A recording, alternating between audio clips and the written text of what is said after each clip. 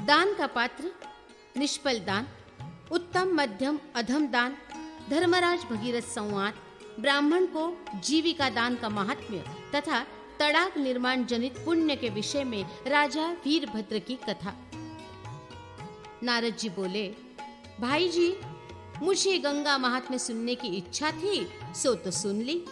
वह सब पापों का नाश करने वाला है। अब मुझे दान एवं दान के पात्र का लक्षण बताइए। श्री सनक जी ने कहा, देवर्षे, ब्राह्मण सभी वर्णों का श्रेष्ठ गुरु है। जो दिए हुए दान को अक्षय बनाना चाहता हो, उसे ब्राह्मण को ही दान देना चाहिए। सदाचारी ब्राह्मण निर्भय होकर सबसे दान ले सकता है, किंतु क्षत्रिय और वैश्य कभी किसी से दान ग्रहण न करें। जो ब्राह्मण क्रोधी, पुत्रहीन, दंभाचार परायण तथा अपने कर्म का त्याग करने वाला है, उसको दिया हुआ दान निष्फल हो जाता है। जो पराई स्त्री में आसक्त, पराये धन का लोभी तथा नक्षत्र सूचक ज्योतिषी है, उसे दिया हुआ दान भी निष्फल होता है। जिसके मन में दूसरों को दोष देखने का दुर्गुण भरा है, जो कृतघ्न, कपटी और यज्ञ के अनाधिकारियों से यज्ञ कराने वाला है, उसको दिया हुआ दान भी निष्फल होता है। जो सदा मांगने में ही लगा रहता है, जो हिंसक, दुष्ट और रस का विक्रय करने वाला है, उसे दिया हुआ दान भी निष्फल होता है। ब्राह्मण जो वेद, स्मृति तथा धर्म का विक्रय करने वाला है, उसको दिया हुआ दान भी निष्फल होता है। जो गीत गाकर जीविका चलाता है, जिसकी स्त्री व्यभिचारिणी है तथा जो दूसरों के कष्ट देने वाला है, उसको दिया हुआ दान भी निष्फल होता है। जो तलवार से जीविका चलाता है, जो स्याही से जीवन निर्वाह करता है, जो जीविका के लिए देवता की पूजा स्वीकार करता है, जो समूचे गांव का पुरोहित है तथा जो धावन का काम करता है, ऐसे लोगों को दिया हुआ दान निष्फल होता है। जो दूसरों के लिए रसोई बनाने का काम करता है, जो कविता द्वारा लोगों की झूठी प्रशंसा किया करता है, जो वैद्य एवं अभक्ष्य वस्तुओं का भक्षण करने वाला है, उसको दिया हुआ दान भी निष्फल होता है। जो शूद्रों का अन्न खाता, शूद्रों के मुर्दे जलाता और व्यभिचारिणी स्त्री की संतान का अन्न भोजन करता है, उसको दिया हुआ दान भी निष्फल होता है। जो भगवान विष्णु के नाम जप को बेचता है, संध्या कर्म को त्यागने वाला है तथा दूषित दान ग्रहण से दग्ध हो चुका है, उसे दिया हुआ दान भी निष्फल होता है। जो दिन में सोता, दिन में मैथुन करता और संध्या काल में खाता है, उसे दिया हुआ दान भी निष्फल होता है। जो महापातकों से युक्त है, जिसे जाति भाइयों ने समाज से बाहर कर दिया है, तथा जो कुंड, पति के रहते हुए भी व्यभिचार से उत्पन्न हुआ, जो कुंड और गोलक यानी कि पति के मर जाने पर व्यभिचार से पैदा हुआ है, उसे दिया हुआ दान भी निष्फल होता है। जो परिवित्ति यानी कि छोटे भाई के विवाहित हो जाने पर भी स्वयं अविवाहित, शठ परिवेत्ता, बड़े भाई के अविवाहित रहते हुए स्वयं विवाह करने वाला, स्त्री के वश में रहने वाला और अत्यंत दुष्ट है, उसको दिया हुआ दान भी निष्फल होता है। जो शराबी, मांसखोर, स्त्री लंपट, अत्यंत लोभी, चोर और चुगली खाने वाला है, उसको दिया हुआ दान भी निष्फल होता है। द्विज श्रेष्ठ, जो कोई भी पाप परायण और सज्जन पुरुषों द्वारा सदा निंदित हो, उनसे न तो दान लेना चाहिए और न दान देना ही चाहिए। नारद जी, जो ब्राह्मण सत्कर्म में लगा हुआ हो, उसे यत्न पूर्वक दान देना चाहिए। जो दान श्रद्धा पूर्वक तथा भगवान विष्णु के समर्पण पूर्वक दिया गया हो एवं जो उत्तम पात्र के याचना करने पर दिया गया हो, वो दान अत्यंत उत्तम है। नारद जी, इहलोक या परलोक के लाभ का उद्देश्य रखकर जो सुपात्र को दान दिया जाता है, वो सकाम दान मध्यम माना गया है। जो दम से, दूसरों की हिंसा के लिए अविधि पूर्वक, क्रोध से, अश्रद्धा से और अपात्र को दिया जाता है, वो दान अधम माना गया है।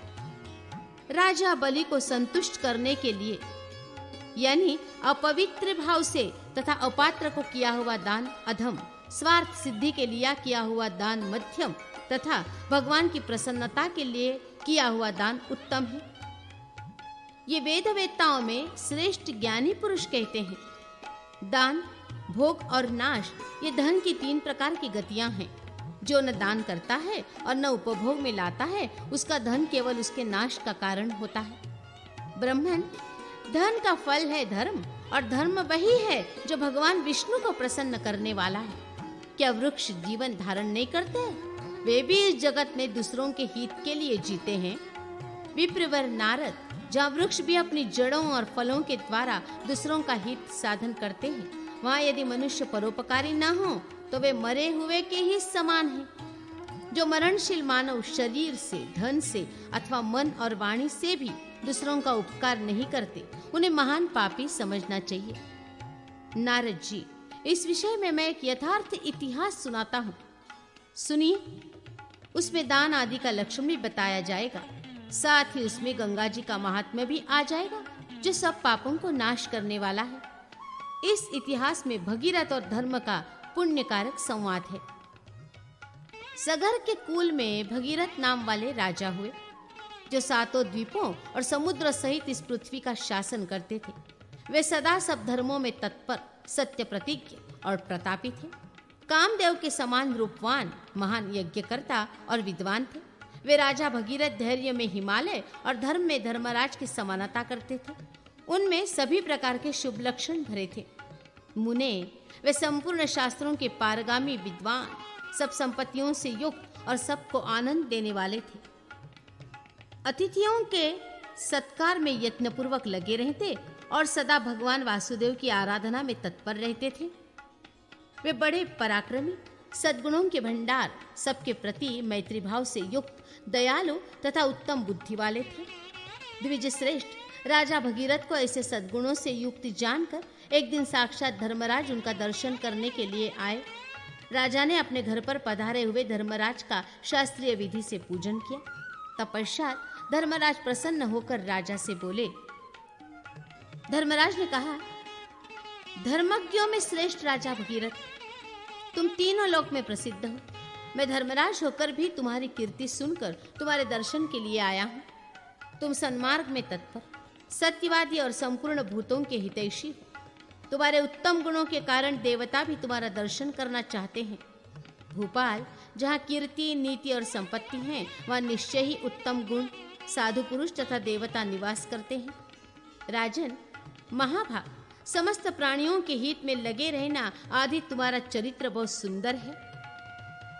वो मेरे जैसे लोगों के लिए भी दुर्लभ है। ऐसा कहने वाले धर्मराज को प्रणाम करके राजा भगीरथ प्रसन्न एवं विनीत भाव से मधुर वाणी में बोले। भगीरथ ने कहा, भगवान, आप सब धर्मों के ज्ञाता हैं। परमेश्वर, आप समदर्शी भी हैं। मैं जो कुछ पूछता हूँ उसे मुझ पर बड़ी भारी कृपा करके बताइए। धर्म कितने प्रकार के कहे गए हैं? धर्मात्मा पुरुषों के कौन से लोक हैं? यमलोक में कितनी यातनाएं बताई गई हैं और वे किन्हें प्राप्त होती हैं? महाभाग, कैसे लोग आपके द्वारा सम्मानित होते हैं और कौन लोग किस प्रकार आपके द्वारा दंडनीय हैं? ये सब मुझे विस्तार पूर्वक बताने की कृपा करें। धर्मराज ने कहा, महाबुद्धे, बहुत अच्छा, बहुत अच्छा। तुम्हारी बुद्धि निर्मल तथा ओजस्विनी है। मैं धर्म और अधर्म का यथार्थ वर्णन करता हूँ, तुम भक्ति पूर्वक सुनो। धर्म अनेक प्रकार के बताए गए हैं, जो पुण्य लोग प्रदान करने वाले हैं। इसी प्रकार अधर्म जनित यातनाएं भी असंख्य कही गई हैं, जिनका दर्शन भी भयंकर है। अतः मैं संक्षेप से ही धर्म और अधर्म का दिग्दर्शन कराऊंगा। ब्राह्मणों को जीविका देना अत्यंत पुण्य में कहा गया है। इसी प्रकार अध्यात्म तत्व के ज्ञाता पुरुष को दिया हुआ दान अक्षय होता है। ब्राह्मण संपूर्ण देवताओं का स्वरूप बताया गया है। उसको जीविका देने वाले मनुष्य के पुण्य का वर्णन करने में कौन समर्थ है? जो नित्य सदाचारी ब्राह्मण का हित करता है, उसने संपूर्ण यज्ञों का अनुष्ठान कर लिया, वो सब तीर्थों में नहा चुका और उसने सब तपस्या पूरी कर ली।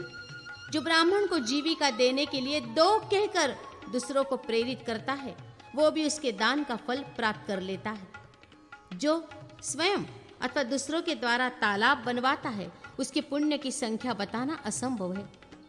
राजन, यदि एक राही भी पोखरे का जल पी ले तो उसके बनाने वाले पुरुष के सब पाप अवश्य नष्ट हो जाते हैं। जो मनुष्य एक दिन भी भूमि पर जल का संग्रह एवं संरक्षण कर लेता है, वह सब पापों से छूटकर 100 वर्षों तक स्वर्ग लोक में निवास करता है। जो मानव अपनी शक्ति भर तालाब खुदाने में सहायता करता है, जो उससे संतुष्ट होकर उसको प्रेरणा देता है, वो भी पोखरे बनाने का पुण्य फल पा लेता है। जो सरसों बराबर मिट्टी भी तालाब से निकालकर बाहर फेंकता है। वह अनेकों पापों से मुक्त हो 100 वर्षों तक स्वर्ग में निवास करता है। नृपश्रेष्ठ, जिस पर देवता अथवा गुरुजन संतुष्ट होते हैं वो पोखरा खुदाने के पुण्य का भागी होता है। ये सनातन श्रुति है।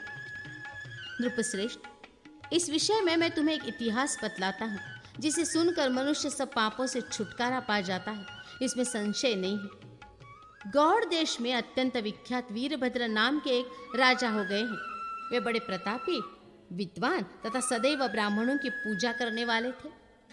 वेद और शास्त्रों की आज्ञा के अनुसार कुलोचित सदाचार का वे सदा पालन करते और मित्रों के अभ्युदय में योग देते थे। उनकी परम सौभाग्यवती रानी का नाम चंपक मंजरी था। उनके मुख्यमंत्रीगण कर्तव्य और अकर्तव्य के विचार में कुशल थे। वे सदा धर्मशास्त्रों द्वारा धर्म का निर्णय किया करते थे। जो प्रायश्चित, चिकित्सा, ज्योतिष्य तथा धर्म का निर्णय बिना शास्त्र के करता है उसे ब्राह्मण घाती बताया गया है। मन ही मन ऐसा सोचकर राजा सदा अपने आचार्यों से मनु आदि के बताए हुए धर्मों का विधि पूर्वक श्रवण किया करते थे। उनके राज्य में कोई छोटे से छोटा मनुष्य भी अन्याय का आचरण नहीं करता था। उस राजा का धर्मपूर्वक पालित होने वाला देश स्वर्ग की समता धारण करता था। वो शुभकारक उत्तम राज्य का आदर्श था। एक दिन राजा वीरभद्र मंत्री आदि के साथ शिकार खेलने के लिए बहुत बड़े वन में गए और दोपहर तक इधर उधर घूमते रहे। वे अत्यंत थक गए थे। भगीरथ, उस समय वहां राजा को एक छोटी सी पोखरी दिखाई दी। वो भी सूखी हुई थी। उसे देखकर मंत्री ने सोचा, पृथ्वी के ऊपर इस शिखर पर यह पोखरी किसने बनाई है? यहाँ कैसे जल सुलभ होगा जिससे ये राजा वीरभद्र प्यास बुझाकर जीवन धारण करेंगे? नृपश्रेष्ठ, तदनंतर मंत्री के मन में उस पोखरी को खोदने का विचार हुआ। उसने एक हाथ का गड्ढा खोदकर उसमें से जल प्राप्त किया। राजन, उस जल को पीने से राजा और उनके बुद्धिसागर नामक मंत्री को भी तृप्ति हुई। तब धर्मार्थ की ज्ञाता बुद्धिसागर ने राजा से कहा, राजन, ये पोखरी पहले वर्षों के जल से भरी थी। अब इसके चारों ओर बांध बना दें, ऐसी मेरी सम्मति है। देव, निष्पाप राजन, आप इसका अनुमोदन करें और इसके लिए मुझे आज्ञा दें। नृपश्रेष्ठ वीरभद्र अपने मंत्री की ये बात सुनकर बहुत प्रसन्न हुए और इस काम को करने के लिए तैयार हो गए। उन्होंने अपने मंत्री बुद्धिसागर को ही इस शुभ कार्य में नियुक्त किया। तब राजा की आज्ञा से अतिशय पुण्यात्मा बुद्धिसागर उस पोखरी को सरोवर बनाने के कार्य में लग गए। उसकी लंबाई और चौड़ाई चारों ओर से 50 धनुष्य की हो गई थी। उसके चारों ओर पत्थर के घाट बन गए और उसमें अगाध जलराशि संचित हो गई। ऐसी पोखरी बनाकर मंत्री ने राजा को सब समाचार निवेदन किया। तब से सब वनचर जीव और प्यासे पथिक उस पोखरी से उत्तम जलपान करने लगे। फिर आयु की समाप्ति होने पर किसी समय मंत्री बुद्धिसागर की मृत्यु हो गई। राजन, वे मुझ धर्मराज के लोक में गए। उनके लिए मैंने चित्रगुप्त से धर्म पूछा। तब चित्रगुप्त ने उनके पोखरी बनाने का सब कार्य मुझे बताया। साथ ही ये भी कहा कि राजा को धर्म कार्य का स्वयं उपदेश करते थे, इसलिए इस धर्म विमान पर चढ़ने के अधिकारी हैं। राजन, चित्रगुप्त के ऐसा कहने पर मैंने बुद्धिसागर को धर्म विमान पर चढ़ने की आज्ञा दे दी। भगीरथ, फिर कालांतर में राजा वीरभद्र भी मृत्यु के पश्चात मेरे स्थान पर गए और प्रसन्नता पूर्वक मुझे नमस्कार किया। तब मैंने वहां उनके संपूर्ण धर्मों के विषय में भी प्रश्न किया। राजन, मेरे पूछने पर चित्रगुप्त ने राजा के लिए भी पोखरे खुदाने से होने वाले धर्म की बात बताई। तब मैंने राजा को जिस प्रकार भली भांति समझाया वो सुनो। मैंने कहा, भूपाल भगीरथ, पूर्व काल में सैकत गिरी के शिखर पर उस लावक एक प्रकार की चिड़िया पक्षी ने जल के लिए अपनी चोंच से 2 अंगुल भूमि खोद ली थी। नृपश्रेष्ठ, तत्पश्चात कालांतर में उस वाराह ने अपनी थुथुन से 1 हाथ गहरा गड्ढा खोदा। तब से उसमें हाथ भर जल रहता था। उसके बाद किसी समय उस काली एक पक्षी ने उस पानी में खोदकर 2 हाथ गहरा कर दिया।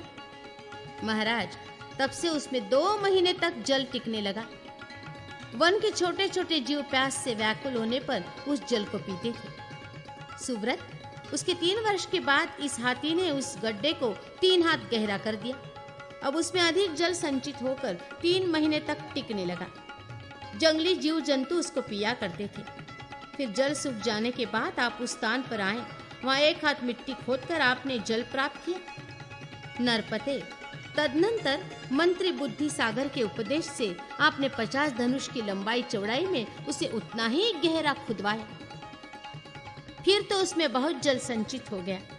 इसके बाद पत्थरों से दृढ़ता पूर्वक गांठ बंध जाने पर वो महान सरोवर बन गया। वहां किनारे पर सब लोगों के लिए उपकारी वृक्ष लगा दिए गए।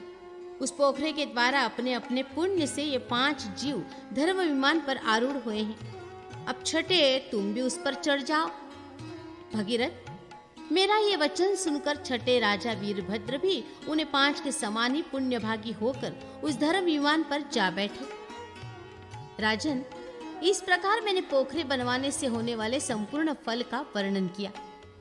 इसे सुनकर मनुष्य जन्म से लेकर मृत्यु तक के पाप से मुक्त हो जाता है। जो मानव श्रद्धा पूर्वक इस कथा को सुनता अथवा पढ़ता है, वो भी तालाब बनाने के संपूर्ण पुण्य को प्राप्त कर लेता है। तड़ाग और तुलसी आदि की महिमा, भगवान विष्णु और शिव के स्नान पूजन का महत्व एवं विविध दानों तथा देव मंदिर में सेवा करने का महात्म्य। धर्मराज कहते हैं, राजन, कासार यानी कि कच्चे पोखरे बनाने पर तड़ाग यानी कि पक्के पोखरे बनाने की अपेक्षा आधा फल बताया गया है। कुएं बनाने पर 1/4 फल जानना चाहिए। बावड़ी बनाने पर कमलों से भरे हुए सरोवर के बराबर पुण्य प्राप्त होता है। भूपाल, नहर निकालने पर बावड़ी की अपेक्षा 100 गुना फल प्राप्त होता है। धनी पुरुष पत्थर से मंदिर या तालाब बनावे और दरिद्र पुरुष मिट्टी से बनावे तो उन दोनों के समान फल प्राप्त होता है। ये ब्रह्मा जी का कथन है। धनी पुरुष 1 नगर दान करे और गरीब 1 हाथ भूमि दे, इन दोनों का दान का समान फल है, ऐसा वेदवेत्ता पुरुष कहते हैं। जो धनी पुरुष उत्तम फल के साधनभूत तड़ाग का निर्माण करता है और दरिद्र एक कुआं बनवाता है, उन दोनों का पुण्य समान कहा गया है। जो बहुत से प्राणियों का उपकार करने वाला आश्रम या धर्मशाला बनवाता है, वह 3 पीढ़ियों के साथ ब्रह्मलोक में जाता है। राजन, धेनु अथवा ब्राह्मण या जो कोई भी आधे क्षण भी उस आश्रम की छाया में स्थित होता है, वह उसके बनवाने वाले के स्वर्गलोक में पहुंच जाता है। राजन, जो बगीचे लगाते, देव मंदिर बनवाते, पोखरा खुदाते अथवा गांव बसाते हैं, वे भगवान विष्णु के साथ पूजित होते हैं। जो तुलसी के मूल भाग की मिट्टी से, गोपी चंदन से, चित्रकूट की मिट्टी से अथवा गंगा जी की मृत्तिका से ऊर्ध्व पुंडु तिलक लगाता है, उसे प्राप्त होने वाले पुण्य फल का वर्णन सुनो। वो श्रेष्ठ विमान पर बैठकर गंधर्व और अप्सराओं के समूह द्वारा अपने चरित्र का गान सुनता हुआ भगवान विष्णु के धाम में आनंद भोगता है। जो तुलसी के पौधे पर चुल्लू भर भी पानी डालता है, वो क्षीर सागर निवासी भगवान विष्णु के साथ तब तक निवास करता है जब तक चंद्रमा और तारे रहते हैं। तदनंतर विष्णु में लय हो जाता है। जो ब्राह्मणों को कोमल तुलसी दल अर्पित करता है, वो 3 पीढ़ियों के साथ ब्रह्मलोक में जाता है। जो तुलसी के लिए कांटों का आवरण या 4 दीवारी बनवाता है, वो भी 21 पीढ़ियों के साथ भगवान विष्णु के धाम में आनंद का अनुभव करता है। नरेश्वर, जो तुलसी के कोमल दलों से भगवान विष्णु के चरण कमलों की पूजा करता है, वो विष्णु लोक को प्राप्त होता है। उसका वहां से कभी पुनरागमन नहीं होता। पुष्प तथा चंदन के जल से भगवान गोविंद को भक्तिपूर्वक नहलाकर मनुष्य विष्णु धाम में जाता है। जो कपड़े से छाने हुए जल के द्वारा भगवान लक्ष्मीपति को स्नान कराता है, वो सब पापों से छूटकर भगवान विष्णु के साथ सुखी होता है।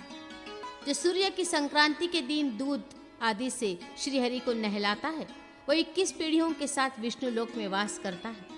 शुक्ल पक्ष में चतुर्दशी, अष्टमी, पूर्णिमा, एकादशी, रविवार, द्वादशी, पंचमी तिथि, सूर्य ग्रहण, चंद्र ग्रहण, मनवादी तिथि, युगादि तिथि, सूर्य के आधे उदय के समय, सूर्य के पुष्य नक्षत्र पर रहते समय, रोहिणी और बुध के योग में, शनि और रोहिणी तथा मंगल और अश्विनी के योग में, शनि अश्विनी, बुध अश्विनी, शुक्र रेवती योग, बुध अनुराधा, श्रवण सूर्य, सोमवार श्रवण, हस्त बृहस्पति, बुध अष्टमी तथा बुध और आषाढ़ा के योग में और दूसरे दूसरे पवित्र दिनों में जो पुरुष शांत चित्त, मौन और पवित्र होकर दूध, दही, घी और शहद से श्री विष्णु को स्नान कराता है, उसको प्राप्त होने वाले फल का वर्णन सुनो। वो सब पापों से छूटकर संपूर्ण यज्ञों का फल पाता और 21 पीढ़ियों के साथ वैकुंठ धाम में निवास करता है। राजन, फिर वही ज्ञान प्राप्त करके वो पुनरावृत्ति रहित और योगियों के लिए भी दुर्लभ हरि का सायुज्य प्राप्त कर लेता है। भूपते, जो कृष्ण पक्ष में चतुर्दशी तिथि और सोमवार के दिन भगवान शंकर को दूध से नहलाता है, शिव का सायुज्य प्राप्त कर लेता है। अष्टमी अथवा सोमवार को भक्ति पूर्वक नारियल के जल से भगवान शिव को स्नान कराकर मनुष्य शिव सायुज्य का अनुभव करता है। भूपते, शुक्ल पक्ष की चतुर्दशी अथवा अष्टमी को घृत और मधु के द्वारा भगवान शिव को स्नान कराकर मनुष्य उनका सारूप्य प्राप्त कर लेता है। तिल के तेल से भगवान विष्णु अथवा शिव को स्नान कराकर मनुष्य 7 पीढ़ियों के साथ उनका सारूप्य प्राप्त कर लेता है। जो शिव को भक्ति पूर्वक ईख के रस से स्नान कराता है, वो 7 पीढ़ियों के साथ एक कल्प तक भगवान शिव के लोक में निवास करता है, फिर शिव का सायुज्य प्राप्त कर लेता है। नरेश, एकादशी के दिन सुगंधित फूलों से भगवान विष्णु की पूजा करके मनुष्य 10,000 जन्म के पापों से छूट जाता और उनके परम धाम को प्राप्त कर लेता है। महाराज, चंपा के फूलों से भगवान विष्णु की और आँख के फूलों से भगवान शंकर की पूजा करके मनुष्य उनका सालोक्य प्राप्त करता है। जो मनुष्य भक्ति पूर्वक भगवान शंकर अथवा विष्णु को धूप में घृतयुक्त गुग्गुल मिलाकर देता है, वो सब पापों से छूट जाता है। नृपश्रेष्ठ, जो भगवान विष्णु अथवा शंकर को तिल के तेल से युक्त दीपदान करता है, वह समस्त कामनाओं को प्राप्त कर लेता है। जो भगवान शिव अथवा विष्णु को घी का दीपक देता है, वह सब पापों से मुक्त हो गंगा स्नान का फल पाता है। जो जो अभिष्ट वस्तुएं हैं, वह सब ब्राह्मण को दान कर दे, ऐसा मनुष्य पुनर्जन्म से रहित भगवान विष्णु के धाम में जाता है। अन्न और जल के समान दूसरा कोई दान न हुआ है न होगा। अन्नदान करने वाला प्राणदाता कहा गया है, और जो प्राणदाता है वो सब कुछ देने वाला है। नृपश्रेष्ठ, इसलिए अन्नदान करने वाले को संपूर्ण दानों का फल मिलता है। जलदान तत्काल संतुष्ट करने वाला माना गया है। नृपश्रेष्ठ, इसलिए ब्रह्मवादी मनुष्यों ने जलदान को अन्नदान से श्रेष्ठ बताया है। महापातक अथवा उपपातकों से युक्त मनुष्य भी यदि जलदान करने वाला है तो वह उन सब पापों से मुक्त हो जाता है। ये ब्रह्मा जी का कथन है। शरीर को अन्न से उत्पन्न कहा गया है। प्राणी को भी अन्न जनित ही मानते हैं।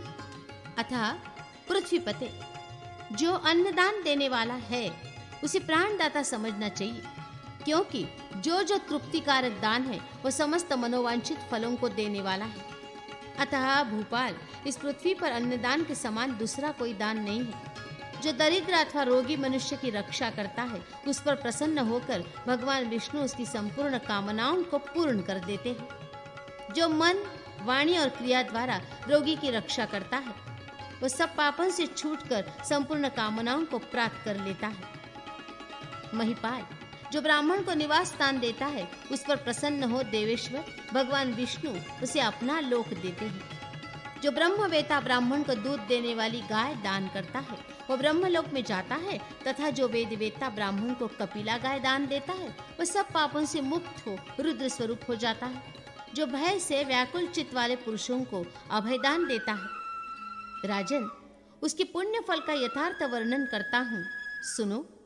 एक और तो पूर्ण रूप से उत्तम दक्षिणा देकर संपन्न किए हुए सभी यज्ञ हैं, और दूसरी ओर भयभीत मनुष्य की प्राण रक्षा है। ये दोनों समान हैं। महिपाल, जो भयविह्वल ब्राह्मण की रक्षा करता है, वह संपूर्ण तीर्थों में स्नान कर चुका है और संपूर्ण यज्ञों की दीक्षा ले चुका है। वस्त्रदान करने वाला रुद्रलोक में और कन्यादाता ब्रह्मलोक में जाता है। भूपते, कार्तिक अथवा आषाढ़ की पूर्णिमा को जो मानव भगवान शिव की प्रसन्नता के लिए वृषोस्तर कर्म करता है, उसका फल सुनो। वो 60 जन्मों के पापों से मुक्त हो रुद्र का स्वरूप प्राप्त कर लेता है। नृपश्रेष्ठ, जो भैंसों को शिवलिंग से चिन्हित करके छोड़ता है, उसे कभी यमयातना नरक नहीं प्राप्त होती है। नृपसत्तम, जो शक्ति के अनुसार तांबूल दान करता है, उस पर प्रसन्न हो भगवान विष्णु उसे आयु, यश तथा लक्ष्मी प्रदान करते हैं। दूध, दही, घी और मधु का दान करने वाला मनुष्य 10,000 दिव्य वर्षों तक स्वर्ग लोक में प्रतिष्ठित होता है। नृपोत्तम, ईख दान करने वाला मनुष्य ब्रह्मलोक में जाता है। गंध एवं पवित्र फल देने वाला पुरुष भी ब्रह्मधाम में जाता है। गुड़ और ईख का रस देने वाला मनुष्य क्षीरसागर को प्राप्त होता है। विद्या दान करने से मनुष्य को भगवान विष्णु का सायुज्य प्राप्त होता है। विद्या दान, भूमि दान और गोदान, ये उत्तम से उत्तम 3 दान क्रमशः जप, जोतने बोने की सुविधा और दूध दूहने के कारण नरक से उद्धार करने वाले होते हैं। नृपोत्तम, संपूर्ण दानों में विद्यादान श्रेष्ठ है। विद्यादान से मनुष्य भगवान विष्णु का सायुज्य प्राप्त कर लेता है। ईंधन दान करने से मनुष्य को उपपातकों से छुटकारा मिलता है। शालग्राम शिला का दान महादान बताया गया है। उसका दान करके मनुष्य मोक्ष प्राप्त करता है। शिवलिंग दान भी ऐसा ही माना गया है। प्रभु, जो मनुष्य श्रेष्ठ पुरुषों को घर दान देता है, राजन, उसे गंगा स्नान का फल अवश्य प्राप्त होता है। नृपश्रेष्ठ, जो रत्नयुक्त सुवर्ण का दान करता है, वो भोग और मोक्ष दोनों प्राप्त कर लेता है, क्योंकि स्वर्ण दान महादान माना गया है। माणिक्य दान करने से मनुष्य परम मोक्ष को प्राप्त होता है। वज्रमणि के दान से मानव ध्रुवलोक में जाता है। मूंगा दान करने से स्वर्ग एवं रुद्रलोक की प्राप्ति होती है। सवारी देने और मुक्ता दान करने से दाता चंद्रलोक प्राप्त करता है। वैद्यु और पद्मराग मणि देने वाला मनुष्य रुद्रलोक में जाता है। पद्मराग मणि के दान से सर्वत्र सुख की प्राप्ति होती है। राजन, घोड़ा दान करने वाला दीर्घ काल के लिए अश्विनी कुमारों के समीप जाता है। हाथी दान महादान है, उससे मनुष्य सब कामनाओं को प्राप्त कर लेता है। सवारी दान करने से मनुष्य स्वर्गीय विमान में बैठकर स्वर्ग लोक में जाता है। भैंस देने वाला निस्संदेह अपमृत्यु को जीत लेता है। गौओं को घास देने से रुद्रलोक की प्राप्ति होती है।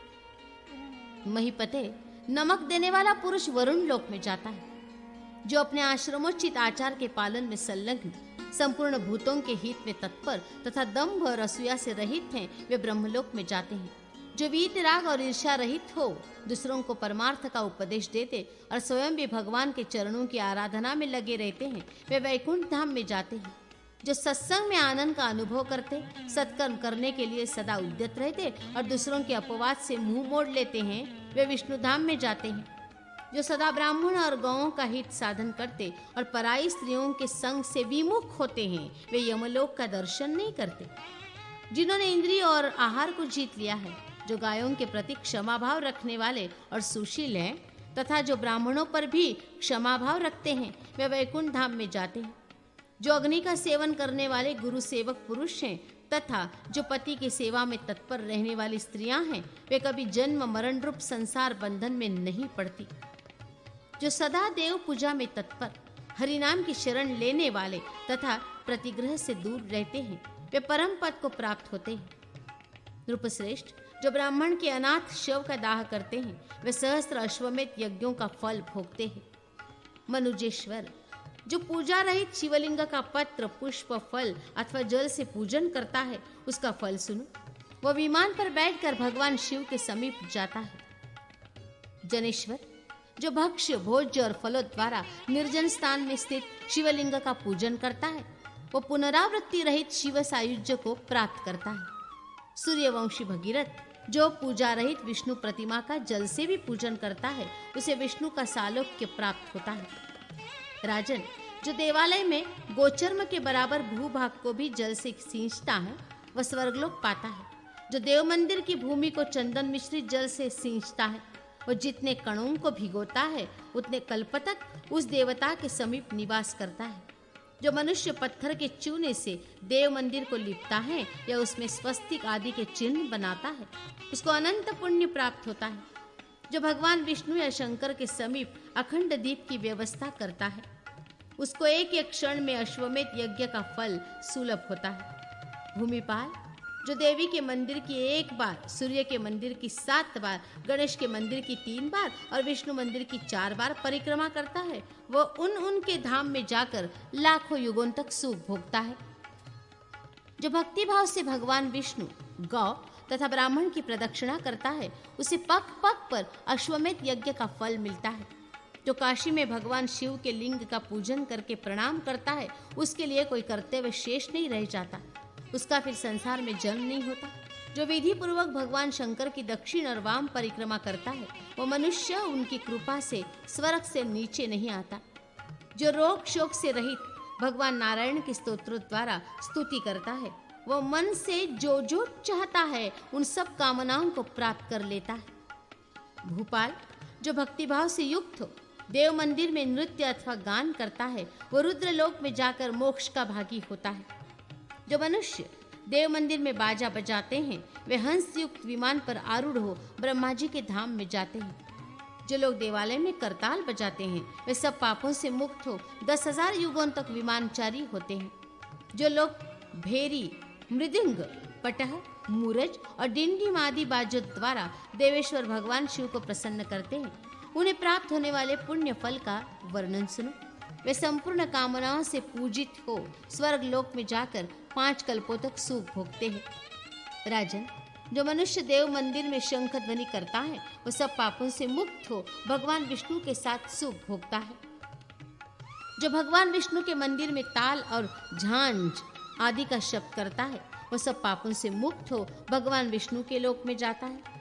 जो सबके साक्षी, निरंजन एवं ज्ञान स्वरूप भगवान विष्णु हैं, वे संतुष्ट होने पर सब धर्मों का यथायोग्य संपूर्ण फल देते हैं। भूपते, जिन देवादि देव सुदर्शन चक्रधारी श्री हरि के स्मरण मात्र से संपूर्ण कर्म सफल होते हैं, वे जगदीश्वर परमात्मा ही समस्त कर्मों के फल हैं। पुण्य कर्म करने वाले पुरुषों द्वारा सदा स्मरण किए जाने पर वे भगवान उनकी सब पीड़ाओं का नाश करते हैं। भगवान विष्णु के उद्देश्य से जो कुछ किया जाता है, वो अक्षय मोक्ष का कारण होता है। भगवान विष्णु ही धर्म है, धर्म के फल भी भगवान विष्णु ही हैं। इसी प्रकार कर्मों के फल और उनके भोक्ता भी भगवान विष्णु ही हैं। कार्य भी विष्णु हैं, करण भी विष्णु हैं, उनसे भिन्न कोई भी वस्तु नहीं है।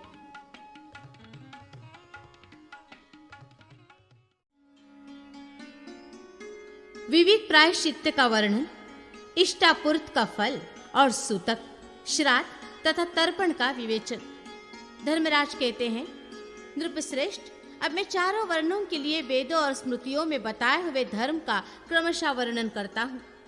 एकाग्र चित्त होकर सुनो। जो भोजन करते समय क्रोध में या अज्ञानवश किसी अपवित्र वस्तु को या चांडाल एवं पतित को छू लेता है, उसके लिए प्रायश्चित्त बतलाता हूँ। वो क्रमानुसार अर्थात अपवित्र वस्तु के स्पर्श करने पर 3 रात और चांडाल या पतित का स्पर्श कर लेने पर 6 रात तक पंचगव्य से तीनों समय स्नान करे तो शुद्ध होता है। यदि कदाचित भोजन करते समय ब्राह्मण के गुदा से मलस्त्राव हो जाए अथवा झूठे मुंह या अपवित्र रहने पर ऐसी बात हो जाए तो उसकी शुद्धि का उपाय बतलाता हूँ। पहले वो ब्राह्मण शौच जाकर जल से पवित्र होए, अर्थात शौच जाकर जल से हाथ पैर की शुद्धि करके कुल्ला और स्नान करे। तदनंतर दिन रात उपवास करके पंचगव्य पीने से शुद्ध होता है। यदि भोजन करते समय पेशाब हो जाए अथवा पेशाब करने पर बिना शुद्ध हुए ही भोजन कर ले तो दिन रात उपवास करे और अग्नि में घी की आहुति दे। यदि भोजन के समय ब्राह्मण किसी भी निमित्त से अपवित्र हो जाए तो उस समय ग्रास को जमीन पर रखकर स्नान करने के पश्चात शुद्ध होता है। यदि उस ग्रास को खा ले तो उपवास करने पर शुद्ध होता है, और यदि अपवित्र अवस्था में वो सारा अन्न भोजन करके उठे तो 3 रात तक वह अशुद्ध रहता है, अर्थात 3 रात्रि तक उपवास करने से शुद्ध होता है। यदि भोजन करते करते वमन हो जाए तो अस्वस्थ मनुष्य 300 गायत्री मंत्र का जप करे और स्वस्थ मनुष्य 3000 गायत्री जपे, यही उसके लिए उत्तम प्रायश्चित्त है। यदि द्विज मल मूत्र करने पर चांडाल या डोम से छू जाए तो वो त्रिरात्र व्रत करे, और यदि भोजन करके झूठे मुंह छू जाए तो 6 रात तक व्रत करे। यदि रजस्वला और सूती का स्त्री को चांडाल छू ले तो 3 रात तक व्रत करने पर उसकी शुद्धि होती है। ये शातातप मुनि का वचन है। यदि रजस्वला स्त्री कुत्तों, चांडालों अथवा कौओं से छू जाए तो वह अशुद्ध अवस्था तक निराहार रहे, फिर समय पर चौथे दिन स्नान करने से वह शुद्ध होती है। यदि दो रजस्वलाएं आपस में एक दूसरे का स्पर्श कर लेती हैं तो ब्रह्मकुर्च पीने से उनकी शुद्धि होती है और ऊपर से भी ब्रह्मकुर्च द्वारा उन्हें स्नान कराना चाहिए। जो जूठे से छू जाने पर तुरंत स्नान नहीं कर लेता, उसके लिए भी यही प्रायश्चित्त है। ऋतुकाल में मैथुन करने वाले पुरुष को गर्भाधान होने की आशंका से स्नान करने का विधान है। बिना ऋतु के स्त्री संगम करने पर मल मूत्र की ही भांति शुद्धि मानी गई है, अर्थात हाथ मुंह आदि धोकर कुल्ला करना चाहिए। मैथुन कर्म में लगे हुए पति पत्नी दोनों ही अशुद्ध होते हैं, परंतु शैया से उठने पर स्त्री तो शुद्ध हो जाती है, किंतु पुरुष स्नान के पूर्व तक अशुद्ध ही बना रहता है। जो लोग पतित न होने पर भी अपने बंधुजनों का त्याग करते हैं, राजा को उचित है कि उन्हें उत्तम साहस का दंड दे। यदि पिता पतित हो जाए तो उसके साथ इच्छानुसार बर्ताव करे, अर्थात अपनी रुचि के अनुसार उसका त्याग और ग्रहण दोनों कर सकते हैं, किंतु माता का त्याग कभी न करे। जो रस्सी आदि साधनों द्वारा फांसी लगाकर आत्मघात करता है, वो यदि मर जाए तो उसके शरीर में पवित्र वस्तु का लेप करा दे, और यदि जीवित बच जाए तो राजा उससे 200 मुद्रा दंड ले। उसकी पुत्र और मित्रों पर एक एक मुद्रा दंड लगावे और वे लोक शास्त्रीय विधि के अनुसार प्रायश्चित करें। जो मनुष्य मरने के लिए जल में प्रवेश करके अथवा फांसी लगाकर मरने से बच जाते हैं, जो संन्यास ग्रहण करके और उपवास व्रत प्रारंभ करके उसे त्याग देते हैं, जो विष पीकर अथवा ऊंचे स्थान से गिरकर मरने की चेष्टा करने पर भी जीवित बच जाते हैं, तथा जो शस्त्र का अपने ऊपर आघात करके भी मृत्यु से वंचित रह जाते हैं, वे सब संपूर्ण लोक से बहिष्कृत हैं। इनके साथ भोजन या निवास नहीं करना चाहिए। ये सब के सब एक चांद्रायण अथवा 2 तब तक कृच्छ व्रत करने से शुद्ध होते हैं। कुत्ते, सियार और वानर आदि जंतुओं के काटने पर तथा मनुष्य द्वारा दांत से काटे जाने पर भी मनुष्य दिन रात अथवा संध्या कोई भी समय क्यों न हो तुरंत स्नान कर लेने पर शुद्ध हो जाता है। जो ब्राह्मण अज्ञान से अनजान में किसी प्रकार चांडाल का अन्न खा लेता है, वो गौमूत्र और यावक का आहार करके 15 दिन में शुद्ध हो जाता है। गौ अथवा ब्राह्मण का घर जलाकर, फांसी आदि लगाकर, मरे हुए मनुष्य का स्पर्श करके तथा उसके बंधनों को काटकर ब्राह्मण अपनी शुद्धि के लिए एक कृच्छ व्रत का आचरण करे। माता, गुरु पत्नी, पुत्री, बहिन और पुत्रवधू से समागम करने वाला तो प्रज्वलित अग्नि में प्रवेश कर जाए, उसके लिए दूसरा कोई शुद्धि का उपाय नहीं है। रानी, सन्यासिनी, धाय, अपने से श्रेष्ठ वर्ण की स्त्री तथा समान गोत्र वाली स्त्री के साथ समागम करने पर मनुष्य 2 कृच्छ व्रत का अनुष्ठान करे। पिता के गोत्र अथवा माता के गोत्र में उत्पन्न होने वाली अन्यान्य स्त्रियों तथा सभी परस्त्रियों से अनुचित संबंध रखने वाला पुरुष उस पाप से हटकर अपनी शुद्धि के लिए कृच्छ शांतपन व्रत करे। द्विजगण खूब तपाए हुए कुशद्ध को केवल एक बार 5 रात तक पीकर वेश्यागमन के पाप का निवारण करते हैं। गुरु तल्पगामी के लिए जो व्रत हैं, वही कुछ लोग गोघातक के लिए भी बताते हैं, और कुछ विद्वान अवकीर्णी धर्मभ्रष्ट के लिए भी उसी व्रत का विधान करते हैं। जो डंडे से गौ के ऊपर प्रहार करके उसे मार गिराता है, उसके लिए गोवध का जो सामान्य प्रायश्चित्त है, उसे दूना व्रत करने का विधान है। तभी वो व्रत उसके पाप को शुद्ध कर सकता है। गौ को हाँकने के लिए अंगूठे के बराबर मोटी, बाह के बराबर बड़ी, पल्लव युक्त और गीली पतली डाल का डंडा उचित बताया गया है। यदि गौओं के मारने पर उनका गर्भ भी हो और वो मर जाए तो उनके लिए पृथक पृथक एक एक कृच्छ व्रत करे। यदि कोई काठ, ढेला, पत्थर अथवा किसी प्रकार के शस्त्र द्वारा गौओं को मार डाले तो भिन्न भिन्न शस्त्र के लिए शास्त्र में इस प्रकार प्रायश्चित्त बताया गया है। काष्ठ से मारने पर शांतपन व्रत का विधान है। ढेले से मारने पर प्राजापत्य व्रत करना चाहिए। पत्थर से आघात करने पर तप तक कृच्छ व्रत और किसी शस्त्र से मारने पर अति कृच्छ व्रत करना चाहिए। यदि कोई गौ से और ब्राह्मणों के लिए अच्छी नियत से औषधि, तेल एवं भोजन दे और उसके देने के बाद उसकी मृत्यु हो जाए तो उस दशा में कोई प्रायश्चित्त नहीं है। तेल और दवा पीने पर अथवा दवा खाने पर या शरीर में धंसे हुए लोहे या कांटे आदि को निकालने का प्रयत्न करने पर मृत्यु हो जाए तो भी कोई प्रायश्चित्त नहीं है। चिकित्सा या दवा करने के लिए बछड़ों का कंठ बांधने से अथवा शाम को उनकी रक्षा के लिए उन्हें घर में रोकने या बांधने से भी कोई दोष नहीं होता। उपर्युक्त पापों का प्रायश्चित्त करते समय मनुष्य को इस विधि से मुंडन कराना चाहिए। 1/4 प्रायश्चित्त करने पर कुछ रोम मात्र कटा देने चाहिए। 2 पात की प्रायश्चित्त में केवल दाढ़ी मूछ मुड़ा ले। 3 पात का प्रायश्चित्त करते समय शिखा के सिवा और सब बाल बनवा दे और पूरा प्रायश्चित्त करने पर सब कुछ मुड़ा देना चाहिए। यदि स्त्रियों को प्रायश्चित करना पड़े तो उनके सब केश समेट कर 2 अंगुल कटा देना चाहिए। इसी प्रकार स्त्रियों के सिर मुंडाने का विधान है। स्त्री के लिए सारे बाल कटाने और वीरासन में बैठने का नियम नहीं है। उनके लिए गौशाला में निवास करने की विधि नहीं है। यदि गौ कहीं जाती हो तो उसके पीछे नहीं जाना चाहिए। राजा, राजकुमार अथवा बहुत से शास्त्रों का ज्ञाता ब्राह्मण हो तो उन सब के लिए केश मुंडाए बिना ही प्रायश्चित्त बताना चाहिए। उन्हें केशों की रक्षा के लिए दूने व्रत का पालन करने की आज्ञा दे। दूना व्रत करने पर उसके लिए दक्षिणा भी दूनी हो जानी चाहिए। यदि ऐसा ना करे तो हत्या करने वाले का पाप नष्ट नहीं होता और दाता नरक में पड़ता है। जो लोग वेद और स्मृति के विरुद्ध व्रत प्रायश्चित्त बताते हैं वे धर्म पालन में विघ्न डालने वाले हैं। राजा उन्हें दंड द्वारा पीड़ित करे, परंतु किसी कामना या स्वार्थ से मोहित होकर राजा उन्हें कदापि दंड न दे, नहीं तो उनका पाप 100 गुना होकर उस राजा पर ही पड़ता है। तदनंतर प्रायश्चित्त पूरा कर लेने पर ब्राह्मणों को भोजन करावे। 20 गाय और 1 बैल उन्हें दक्षिणा में दे।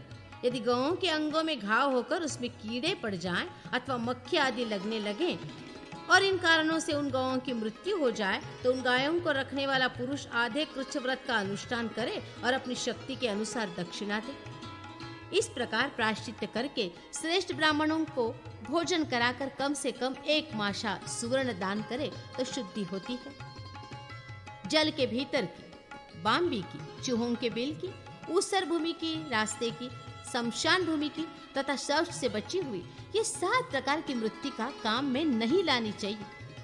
ब्राह्मण को प्रयत्न पूर्वक इष्टापूर्त कर्म करने चाहिए। इष्ट यज्ञ याग आदि से वो स्वर्ग पाता है और पूर्त कर्म से वो मोक्ष सुख का भागी होता है। धन की अपेक्षा रखने वाले यज्ञ, दान आदि कर्म इष्ट कहलाते हैं और जलाशय बनवाना आदि कार्य पूर्त कहा जाता है। विशेषतः बगीचा, किसी देवता के लिए बने हुए तालाब, बावड़ी, कुआं, पोखरा और देव मंदिर, ये यदि गिरते या नष्ट होते हों तो जो इनका उद्धार करता है वो पूर्त कर्म का फल भोगता है, क्योंकि ये सब पूर्त कर्म है। सफेद गाय का मूत्र, काली गौ का गोबर, तांबे के रंग वाली गाय का दूध, सफेद गाय का दही और कपिला गाय का घी, इन सब वस्तुओं को लेकर एकत्र करे तो वह पंचगव्य बड़े बड़े पातकों का नाश करने वाला होता है। कुशों द्वारा लाए हुए तीर्थ जल और नदी जल के साथ उक्त सभी द्रव्यों को पृथक पृथक प्रणव मंत्र से लाकर प्रणव द्वारा ही उन्हें उठावे। प्रणव जप करते हुए ही उनका आलोडन करे और प्रणव के उच्चारण पूर्वक ही पिए। पलाश वृक्ष के बीचले पत्ते में अथवा तांबे के शुभ पात्र में अथवा कमल के पत्ते में या मिट्टी के बर्तन में कुशोदक सहित उस पंचगव्य को पीना चाहिए। एक सूतक में दूसरा सूतक उपस्थित हो जाए तो दूसरे में दोष नहीं लगता। पहले सूतक के साथ ही उसकी शुद्धि हो जाती है। एक जनना शौच के साथ दूसरा जनना शौच और एक मरणा शौच के साथ दूसरा मरण शौच भी शुद्ध हो जाता है। 1 मास के भीतर गर्भस्राव हो तो 3 दिन का अशौच बताए। 2 मास से ऊपर होने पर जितने महीने में गर्भस्राव हो उतनी ही रात्रियों में उसके अशौच की निवृत्ति होती है। साध्वी रजस्वला स्त्री रज बंद हो जाने पर स्नान मात्र से शुद्ध होती है। विवाह से 7वें पद पर अर्थात सप्तपदी की क्रिया पूरी होने पर अपने पितृ संबंधी गोत्र से च्युत हो जाती है, यानी उसके पति का गोत्र हो जाता है। अतः उसके लिए श्राद्ध और तर्पण पति के गोत्र से ही करने चाहिए। पिंडदान में पति और पत्नी दोनों का उद्देश्य होता है, अतः प्रत्येक पिंड में 2 नाम से संकल्प होना चाहिए। तात्पर्य यह है कि पिता या पितामह आदि को सपत्नीक विशेषण लगाकर पिंडदान करना चाहिए। इस प्रकार 6 व्यक्तियों के लिए 3 पिंड देने योग्य हैं, ऐसा दाता मोह में नहीं पड़ता। माता अपने पति के साथ विश्वदेव पूर्वक श्राद्ध का उपभोग करती है। इसी प्रकार पितामही और प्रपितामही भी अपने अपने पति के ही साथ श्राद्ध भोग करती है। प्रत्येक वर्ष में माता पिता का एकोदिष्ट श्राद्ध द्वारा सत्कार करें। उस वार्षिक श्राद्ध में विश्वदेव का पूजन नहीं किया जाता, अतः उनके बिना ही वो श्राद्ध भोजन करावे। उसमें एक ही पिंड नित्य, नैमित्तिक, काम्य, वृद्धि श्राद्ध तथा पावन विद्वान पुरुषों को ये 5 प्रकार के श्राद्ध जानने चाहिए। ग्रहण, संक्रांति, पूर्णिमा या अमावस्या पर्व, उत्सव काल तथा महालय के अवसर पर मनुष्य 3 पिंडे और मृत्यु तिथि को 1 ही पिंड। जिस कन्या का विवाह नहीं हुआ है वो पिंड, गोत्र और सूतक के विषय में पिता के गोत्र से पृथक नहीं है। पाणी ग्रहण और मंत्रों द्वारा वो अपने पिता के गोत्र से पृथक होती है। जिस कन्या का विवाह जिस वर्ण के साथ होता है उसके समान उसे सूतक भी लगता है। उसके लिए पिंड और तर्पण भी उसी वर्ण के अनुसार होने चाहिए। विवाह हो जाने पर चौथी रात में वो पिंड, गोत्र और सूतक के विषय में अपने पति के साथ एक हो जाती है। मृत व्यक्ति के प्रति हित बुद्धि रखने वाले बंधुजनों को शवदाह के प्रथम, द्वितीय, तृतीय अथवा चतुर्थ दिन अस्थि संचय करना चाहिए अथवा ब्राह्मण आदि चारों वर्णों का अस्थि संचय क्रमशः चौथे, 5वें, 7वें और 9वें दिन भी कर्तव्य बताया गया है। जिस मृत व्यक्ति के लिए 11वें दिन वृषोत्सर्ग किया जाता है वह प्रेत लोक से मुक्त और स्वर्ग लोक में प्रतिष्ठित होता है। नाभि के बराबर जल में खड़ा होकर मन ही मन ये चिंतन करे कि मेरे पितर आवे और ये जलांजलि ग्रहण करे। दोनों हाथों को संयुक्त करके जल से पूर्ण करे और गोश्रृंग मात्र जल उठाकर उसे पुनः जल में डाल दे। जल में दक्षिण की ओर मुंह करके खड़ा हो आकाश में जल गिराना चाहिए, क्योंकि पितरों का स्थान आकाश और दिशा दक्षिण है। देवता आप जल कहे गए हैं और पितरों का नाम भी आप है। अतः पितरों के हित की इच्छा रखने वाला पुरुष उनके लिए जल में ही जल दे। जो दिन में सूर्य की किरणों से तपता है, रात में नक्षत्रों के तेज तथा वायु का स्पर्श पाता है और दोनों संध्याओं के समय भी उक्त दोनों वस्तुओं का संपर्क लाभ करता है, वो जल सदा पवित्र माना गया है। जो अपने स्वाभाविक रूप में हो, जिसमें किसी अपवित्र वस्तु का मेल न हुआ हो, वो जल सदा पवित्र है। ऐसा जल किसी पात्र में हो या पृथ्वी पर सदा शुद्ध माना गया है। देवताओं और पितरों के लिए जल में ही जलांजलि दे और जो बिना संस्कार के ही मरे हैं उनके लिए विद्वान पुरुष भूमि पर जलांजलि दे। श्राद्ध और होम के समय एक हाथ से पिंड एवं आहुति दे, किंतु तर्पण में दोनों हाथों से जल देना चाहिए। ये शास्त्रों द्वारा निश्चित धर्म है। पापियों को प्राप्त होने वाली नरकों की यातनाओं का वर्णन, भगवत भक्ति का निरूपण तथा धर्मराज के उपदेश से भगीरथ का गंगा जी को लाने के लिए उद्योग। धर्मराज कहते हैं, राजा भगीरथ, अब मैं पापों के भेद और स्थूल यातनाओं का वर्णन करूंगा। तुम धैर्य धारण करके सुनो, क्योंकि नरक बड़े भयंकर होते हैं। जो दुरात्मा पापी सदा जिन नरकाग्नियों में पकाए जाते हैं वे नरक पाप का भयंकर फल देने वाले हैं। मैं उन सब का वर्णन करता हूँ। उनके नाम इस प्रकार हैं: तपन, बालुका, रौरव, महारौरव, कुंभ, कुंभिपाक, निरुच्छवास, कालसूत्र, प्रमर्दन, भयंकर असित, पत्रवन, लालाभक्ष, हिमोत्कट, मुषावस्था, वसारूप, वैतरणी, नदी, श्वभक्ष, मूत्रपान, पुरुष ऋत, तप्तशूल, तप्तशीला, शाल्मली वृक्ष, शोणित कूप, भयानक शोणित भोजन, वही ज्वाला निवेशन, शिलावृष्टि, शस्त्रवृष्टि, अग्निवृष्टि, क्षारोदक, उष्णतोय, तप्तायः पिंड भक्षणा, अधः शिराः शोषण, मरु प्रतपन, पाषाण वर्ष, कृमि भोजन, क्षारोदपान, भ्रमण, क्रकच्च दारण, पुरुष लेपन, पुरुष भोजन, महागौर रेतः पानः, सर्वसंधि दाहन, धूमपान, पाशबंध, नाना शूलानुलेपन, अंगार शयन, मुसल मर्दन, विविध काष्ठ यंत्र, कर्षण, छेदन, पतनोत्पतन, गदा दंडादिपिदन, गजदंत प्रहरण, नाना सर्पदंशन, नासा मुख शीतांबू सेचन, घोर क्षारांबुपान, लवण भक्षण, स्नायुच्छेद, स्नायुबंध, अस्थिच्छेद, क्षारांबु पूर्ण रंध्र प्रवेश, मांस भोजन, महाघोर पित्तपान, श्लेष्म भोजन, वृक्षाग्रपात, जलांत मर्जन, पाषाण धारण, कंठ को परिशयन, पीपिलांक दर्शन, वृश्चिक पीडन, व्याघ्र पीड़ा, श्रुगाली पीड़ा, महिष पीडन, कर्दम शयन, दुर्गंध परिपूर्ण, बहुशस्त्रास्त्र शयन, महाक्तिता निषेवण, अत्युष्ण तैलपान, महाकटु निषेवण, कषायोदक पान, तप्त पाषाण तक्षण, अत्युष्ण शीत स्नान, दशन शीर्णन, तप्तायः शयन और अयोभार बंधन महाभाग। इस तरह करोड़ों प्रकार की नरक यातनाएं होती हैं जिनका सहस्त्र वर्षों में भी मैं वर्णन नहीं कर सकता। भूपाल, इस नरकों में से जिस पापी को जो प्राप्त होता है वही सब मैं बतलाऊंगा। ये सब मेरे मुख से सुनो। ब्रह्म हत्यारा, शराबी, सुवर्ण की चोरी करने वाला, गुरुपत्नीगामी ये महापातकी हैं। इनसे संसर्ग रखने वाला पांचवा महापातकी है जो पंक्ति भेद करता, बलि वैश्व देवहीन होने के कारण व्यर्थ केवल शरीर पोषण के लिए ही पाक बनाता, सदा ब्राह्मणों को लांछित करता, ब्राह्मणों या गुरुजनों पर हुक्म चलाता और वेद बेचता है। ये 5 प्रकार के पापी ब्रह्मघातक कहे गए हैं। मैं आपको धन आदि दूंगा, ये आज्ञा देकर जो ब्राह्मण को बुलाता है और पीछे नहीं है ऐसा कहकर उसे सूखा जवाब दे देता है, उसे ब्रह्म हत्यारा कहा गया है। जो स्नान अथवा पूजन के लिए जाते हुए ब्राह्मण के कार्य में विघ्न डालता है उसे भी ब्रह्मघाती कहते हैं। जो पराई निंदा और अपनी प्रशंसा में लगा रहता है तथा जो असत्य भाषण में रत रहता है वो ब्रह्म हत्यारा कहा गया है। अधर्म का अनुमोदन करने वाले को भी ब्रह्मघाती कहते हैं। जो दूसरों के उद्वेग में डालता, दूसरों के दोषों की चुगली खाता और पाखंडपूर्ण आचार में तत्पर रहता है उसे ब्रह्म हत्यारा बताया गया है। जो प्रतिदिन दान देता, प्राणियों के वध में तत्पर रहता तथा अधर्म का अनुमोदन करता है उसे भी ब्रह्मघाती कहा गया है। राजन, इस तरह नाना प्रकार के पाप ब्रह्म हत्या के तुल्य बताए गए हैं। अब मदिरापान के समान पाप का संक्षेप से वर्णन करता हूँ। गणान्न भोजन, कई जगह से भोजन लेकर खाना, वेश्या सेवन करना और पतित पुरुषों का अन्न भोजन करना सुरापान के तुल्य माना गया है। उपासना का त्याग, देवल पुरुष, मंदिर के पुजारी का अन्न खाना तथा शराब पीने वाली स्त्री से संबंध रखना मदिरापान के समान माना गया है।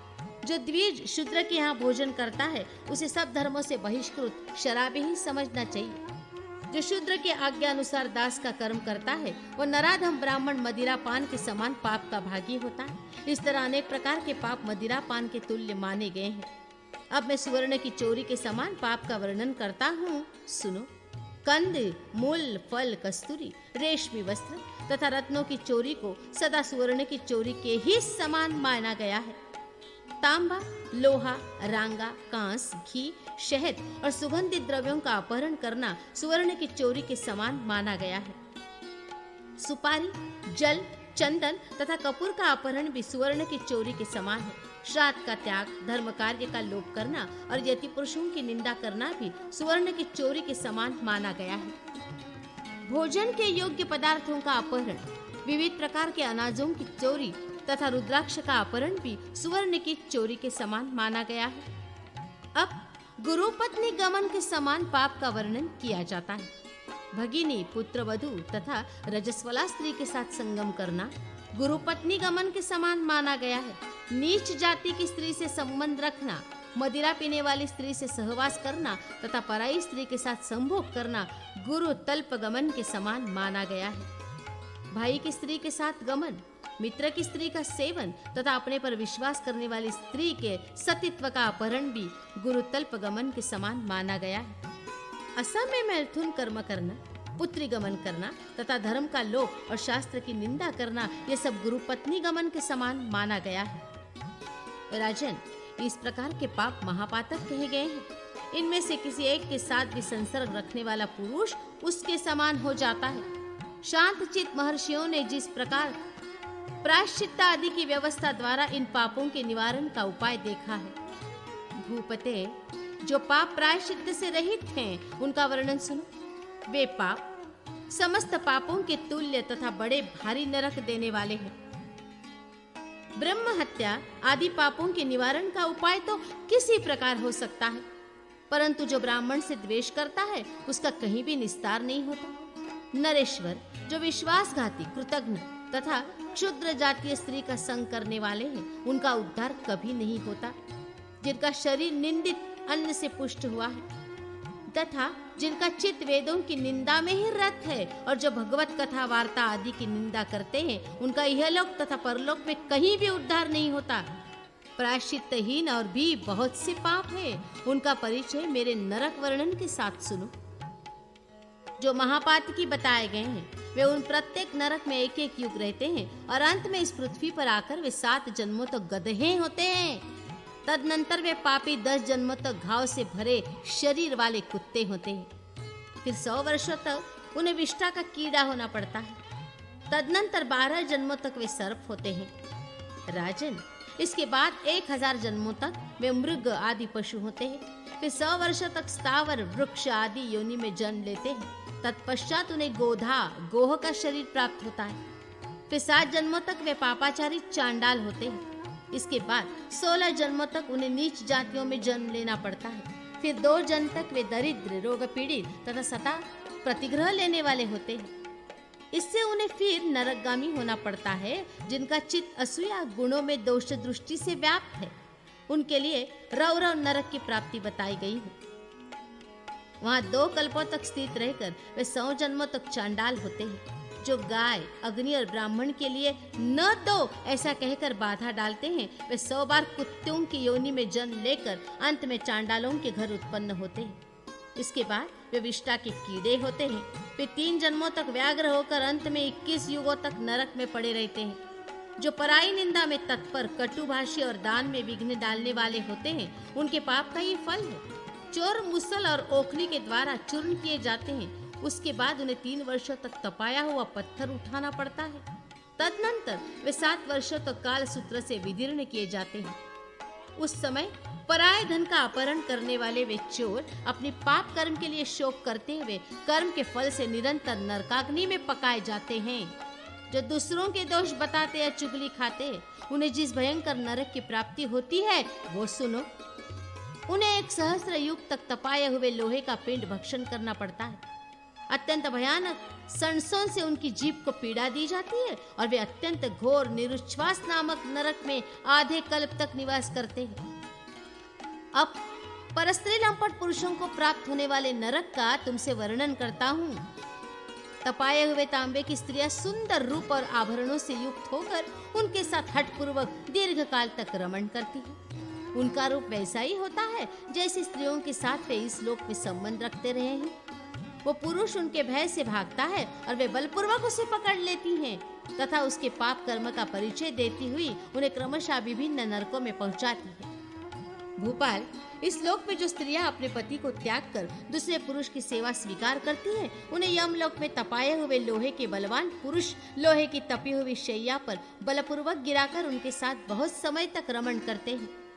उनसे छूटने पर वे स्त्रियां अग्नि के समान प्रज्वलित लोहे के खंबे का आलिंगन करके 1000 वर्ष तक खड़ी रहती हैं। तत्पश्चात उन्हें नमक मिलाए जल से नहलाया जाता है और खारे पानी का ही सेवन कराया जाता है। उसके बाद वे 100 वर्षों तक सभी नरकों की यातनाएं भोगती हैं। जो मनुष्य, ब्राह्मण, गौ और श्रेष्ठ क्षत्रिय राजा का इस लोक में वध करता है, वो भी 5 कल्पों तक संपूर्ण यातनाओं को भोगता है। जो महापुरुषों की निंदा को आदर पूर्वक सुनता है, उसका फल सुनो। ऐसे लोगों के कानों में तपाए हुए लोहे की बहुत सी कीलें ठोंक दी जाती है। तत्पश्चात कानों के उन छिद्रों में अत्यंत गर्म किया हुआ तेल भर दिया जाता है। फिर वे कुंभीपाक नरक में पड़ते हैं। जो लोग भगवान शिव और विष्णु से विमुख एवं नास्तिक है, उनको मिलने वाले फलों का वर्णन करता हूँ। वे यमलोक में करोड़ों वर्षों तक केवल नमक खाते हैं। उसके बाद 1 कल्प तक तपी हुई बालू से पूर्ण रौरव नरक में डाले जाते हैं। राजन, इसी प्रकार अन्य नरकों में भी वे पापाचारी जीव अपने पापों का फल भोगते हैं। जो नराधम को पूर्ण दृष्टि से ब्राह्मणों की ओर देखते हैं, उनकी आंख में हजारों तपी हुई सुइयां चुभो दी जाती है। नृपश्रेष्ठ, तदनंतर वे नमकीन पानी की धारा से भिगोए जाते हैं। इसके बाद उन पाप कर्मियों को भयंकर क्रकचों आरों से चीरा जाता है। राजन, जो लोग विश्वासघाती, मर्यादा तोड़ने वाले तथा पराये अन्न के लोभी है, उन्हें जिस भयंकर नरक की प्राप्ति होती है वो सुनो। वे अपना ही मांस खाते हैं और उनके शरीर को वहां प्रतिदिन कुत्ते नोच खाते हैं। उन्हें सभी नरकों में 1-1 वर्ष निवास करना पड़ता है। जो सदा दान ही लिया करते हैं, जो केवल नक्षत्रों को ही पढ़ने वाले, नक्षत्र विद्या से जीविका करने वाले हैं तथा जो सदा देवलक पुजारी का अन्न भोजन करते हैं, उनकी क्या दशा होती है वो भी मुझसे सुनो। राजन, वे पाप से पूर्ण जीव 1 कल्प तक इन सभी यातनाओं में पकाए जाते हैं और वे सदा दुखी रहकर निरंतर कष्ट भोगते रहते हैं। तत्पश्चात काल सूत्र से पीड़ित हो तेल में डुबोए जाते हैं। फिर उन्हें नमकीन जल से नहलाया जाता है और उन्हें मलमूत्र खाना पड़ता है। इसके बाद वे पृथ्वी पर आकर म्लेच्छ जाति में जन्म लेते हैं। जो सदा दूसरों के उद्वेग में डालने वाले हैं, वे वैतरणी नदी में जाते हैं। पंच महायज्ञों का त्याग करने वाले पुरुष लाला भक्ष नरक में पड़ते हैं। वहां उन्हें लार खाना पड़ता है। उपासना का त्याग करने वाला पुरुष रौरव नरक में जाता है। भूपाल, जो ब्राह्मणों के गांव से कर लेते हैं, वो जब तक चंद्रमा और तारों की स्थिति रहती है तब तक इन नरक यातनाओं में पकाए जाते हैं। जो राजा गांव में अधिक कर लगाता है, वो 5 कल्पों तक, सहस्त्र पीढ़ियों तक 7 नरक भोगता है। राजन, जो पापी ब्राह्मणों के गांव से कर लेने की अनुमति देता है, उसने मानो सहस्त्र ब्रह्म हत्याएं कर डाली। वह 2 चतुर्युगी तक महाघोर काल सूत्र में निवास करता है। जो महापापी अयोनि, योनि से भिन्न स्थान, वियोनि, विजातीय योनि और पशु योनि में वीर्य त्याग करता है, वो यमलोक में वीर्य ही भोजन के लिए पाता है। तत्पश्चात चर्बी से भरे हुए कुएं में डाला जाकर वहाँ 7 दिव्य वर्षों तक केवल वीर्य भोजन करके रहता है। उसके बाद मनुष्य होकर संपूर्ण लोकों में निंदा का पात्र बनता है। राजन, जो उपवास के दिन दातुन करता है, वो 4 युगों तक व्याघ्र भक्ष नामक घोर नरक में पड़ा रहता है, जिसमें व्याघ्र उसका मांस खाते हैं। जो अपने कर्मों का परित्याग करने वाला है, उसे विद्वान पुरुष पाखंडी कहते हैं। उसका साथ करने वाला भी उसी के समान हो जाता है। वे दोनों अत्यंत पापी हैं और सहस्त्र कल्पों तक क्रमशः नरक यातनाएं भोगते हैं। राजन, जो देवता संबंधी द्रव्य का अपहरण करने वाले और गुरु का धन चुराने वाले हैं, वे ब्रह्म हत्या के समान पाप का फल भोगते हैं। जो अनाथ का धन हड़प लेते और अनाथ से द्वेष करते हैं, वे कोटि कल्प सहस्त्र तक नरक में निवास करते हैं। जो स्त्रियों और शूद्रों के समीप वेदाध्ययन करते हैं, उनके पाप का फल बतलाता है। ध्यान देकर सुनो। उनका सिर नीचे करके पैर ऊपर कर दिया जाता है और दोनों पैरों को 2 खंभों में कांटे से जड़ दिया जाता है। फिर वे ब्रह्मा जी के 1 वर्ष तक प्रतिदिन धुआं पीकर रहते हैं। जो जल और देव मंदिर में तथा उनके समीप अपने शारीरिक मल का त्याग करता है, वो भ्रूण हत्या के समान अत्यंत भयानक पाप को प्राप्त होता है। जो ब्राह्मण का धन तथा सुगंधित काष्ठ चुराते हैं, वे चंद्रमा और तारों की स्थिति पर्यंत घोर नरक में पड़े रहते हैं। राजन, ब्राह्मण के धन का अपहरण इहलोक और परलोक में भी दुख देने वाला है। इस लोक में तो वह धन का नाश करता है और परलोक में नरक की प्राप्ति कराता है। जो झूठी गवाही देता है, उसके पाप का फल सुनो। वो जब तक 14 इंद्रों का राज्य समाप्त होता है, तब तक संपूर्ण यातनाओं को भोगता रहता है। इस लोक में उसके पुत्र पौत्र नष्ट हो जाते हैं और परलोक में वह रौरव तथा अन्य नरकों को क्रमशः भोगता है। जो मनुष्य अत्यंत कामी और मिथ्यावादी हैं, उनके मुंह में सर्प के समान जोंके भर दी जाती है। इस अवस्था में उन्हें 60,000 वर्षों तक रहना पड़ता है। तत्पश्चात उन्हें खारे पानी से नहलाया जाता है। मनुजेश्वर, जो ऋतुकाल में अपनी स्त्री से सहवास नहीं करते, वे ब्रह्म हत्या का फल पाते और घोर नरक में जाते हैं। जो किसी को अत्याचार करते देखकर शक्ति होते हुए भी उसका निवारण नहीं करता, वो भी उस अत्याचार के पाप का भागी होता है और वे दोनों नरक में पड़ते हैं। जो लोग पापियों के पापों की गिनती करके दूसरों को बताते हैं, वे पाप सत्य होने पर भी उनके पाप के भागी होते हैं। राजन, यदि वे पाप झूठ निकले तो कहने वाले को दूने पाप का भागी होना पड़ता है। जो पापहीन पुरुष में पाप का आरोप करके उसकी निंदा करता है, वह चंद्रमा और तारों की स्थिति काल तक घोर नरक में रहता है।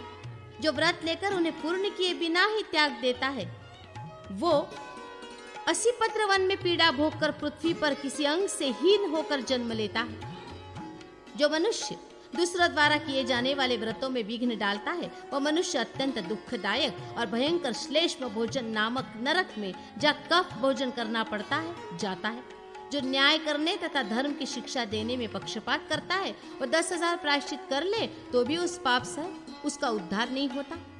जो अपने कटु वचनों से ब्राह्मणों को अपमान करता है, वो ब्रह्म हत्या को प्राप्त होता है और संपूर्ण नरकों की यातनाएं भोगकर 10 जन्मों तक चांडाल होता है। जो ब्राह्मण को कोई चीज देते समय विघ्न डालता है, उसे ब्रह्म हत्या के समान प्रायश्चित करना चाहिए। जो दूसरे का धन चुरा कर दूसरों को दान देता है, वो चुराने वाला तो नरक में जाता है और जिसका धन होता है उसी को उस दान का फल मिलता है। जो कुछ देने की प्रतिज्ञा करके नहीं देता है वो लाला भक्ष नरक में जाता है। राजन, जो सन्यासिनी की निंदा करता है वो शिलायंत्र नामक नरक में जाता है। बगीचा काटने वाले लोग 21 युगों तक श्वभोजन नामक नरक में रहते हैं, जहाँ कुत्ते उनका मांस नोच कर खाते हैं। फिर क्रमशः वो सभी नरकों की यातनाएं भोगता है। भूपते, जो देव मंदिर तोड़ते, पोखरा नष्ट करते और फुलवारी उजाड़ देते हैं, वे जिस गति को प्राप्त होते हैं वो सुनो। वे इन सब यातनाओं नरकों में पृथक पृथक पकाए जाते हैं। अंत में 21 कल्पों तक वे विष्टा के कीड़े होते हैं। राजन, उसके बाद वे 100 बार चांडाल की योनि में जन्म लेते हैं। जो झूठा खाते और मित्रों से द्रोह करते हैं उन्हें चंद्रमा और सूर्य के स्थिति काल तक भयंकर नरक यातनाएं भोगनी पड़ती है। जो पितृयज्ञ और देव यज्ञ का उच्छेद करते तथा वैदिक मार्ग से बाहर हो जाते हैं वे पाखंडी के नाम से प्रसिद्ध हैं। उन्हें सब प्रकार की यातनाएं भोगनी पड़ती है। राजा भगीरथ, इस प्रकार पापियों के लिए अनेक प्रकार की यातनाएं हैं। प्रभो, मैं नरकों और उनकी यातनाओं को गणना करने में असमर्थ हूँ। भूपते, पापों, यातनाओं तथा धर्मों की संख्या बतलाने के लिए संसार में भगवान विष्णु के सिवा दूसरा कौन समर्थ है? इन सब पापों का धर्मशास्त्र की विधि से प्रायश्चित कर लेने पर पाप राशि नष्ट हो जाती है। धार्मिक कृत्यों में जो न्यूनाधिकता रह जाती है उसकी पूर्ति के लिए लक्ष्मीपति भगवान विष्णु के समीप पूर्वोक्त पापों को प्रायश्चित करने चाहिए। गंगा, तुलसी, सत्संग, हरि कीर्तन, किसी के दोष न देखना और हिंसा से दूर रहना, ये सब बातें पापों का नाश करने वाली होती है। भगवान विष्णु को अर्पित किए हुए कर्म निश्चय ही सफल होते हैं। जो कर्म उन्हें अर्पित नहीं किए जाते वे राख में डाली हुई आहुति के समान व्यर्थ होते हैं। नित्य, नैमित्तिक, काम्य तथा जो मोक्ष के साधनभूत कर्म हैं वे सब भगवान विष्णु के समर्पित होने पर सात्विक और सफल होते हैं। भगवान विष्णु की उत्तम भक्ति सब पापों का नाश करने वाली है। नृपश्रेष्ठ, सात्विक, राजस और तामस आदि भेदों से भक्ति 10 प्रकार की जाननी चाहिए। वही पाप रूपी वन को जलाने के लिए दावानल के समान है। राजन, जो दूसरे का विनाश करने के लिए भगवान लक्ष्मीपति का भजन किया जाता है वो अधमा तामसी भक्ति है, क्योंकि वह दुष्ट भाव धारण करने वाली है। जो मन में कपट बुद्धि रखकर जैसे व्यभिचारिणी स्त्री अपने पति की सेवा करती है उस प्रकार जगदीश्वर भगवान नारायण का पूजन करता है, उसकी वो मध्यमा तामसी भक्ति है। पृथ्वीपाल, जो दूसरों को भगवान की आराधना में तत्पर देखकर ईर्ष्यावश स्वयं भी भगवान श्री हरि की पूजा करता है उसकी वो क्रिया उत्तमा तामसी भक्ति मानी गई है। जो धन धान्य आदि की याचना करते हुए परम श्रद्धा के साथ श्री हरि की अर्चना करता है वो पूजा अधमा राजसी भक्ति मानी गई है। जो संपूर्ण लोकों में विख्यात कीर्ति का उद्देश्य रखकर परम भक्ति भाव से भगवान की आराधना करता है उसकी वो क्रिया मध्यमा राजसी भक्ति कही गई है। पृथ्वीपते, जो सालोक्य और सारूप्य आदि पद प्राप्त करने की इच्छा से भगवान विष्णु की अर्चना करता है उसके द्वारा की हुई वो पूजा उत्तमा राजसी भक्ति कही गई है। जो अपने किए हुए पापों का नाश करने के लिए पूर्ण श्रद्धा के साथ श्री हरि की पूजा करता है उसकी की हुई वो पूजा अधमा सात्विकी भक्ति मानी गई।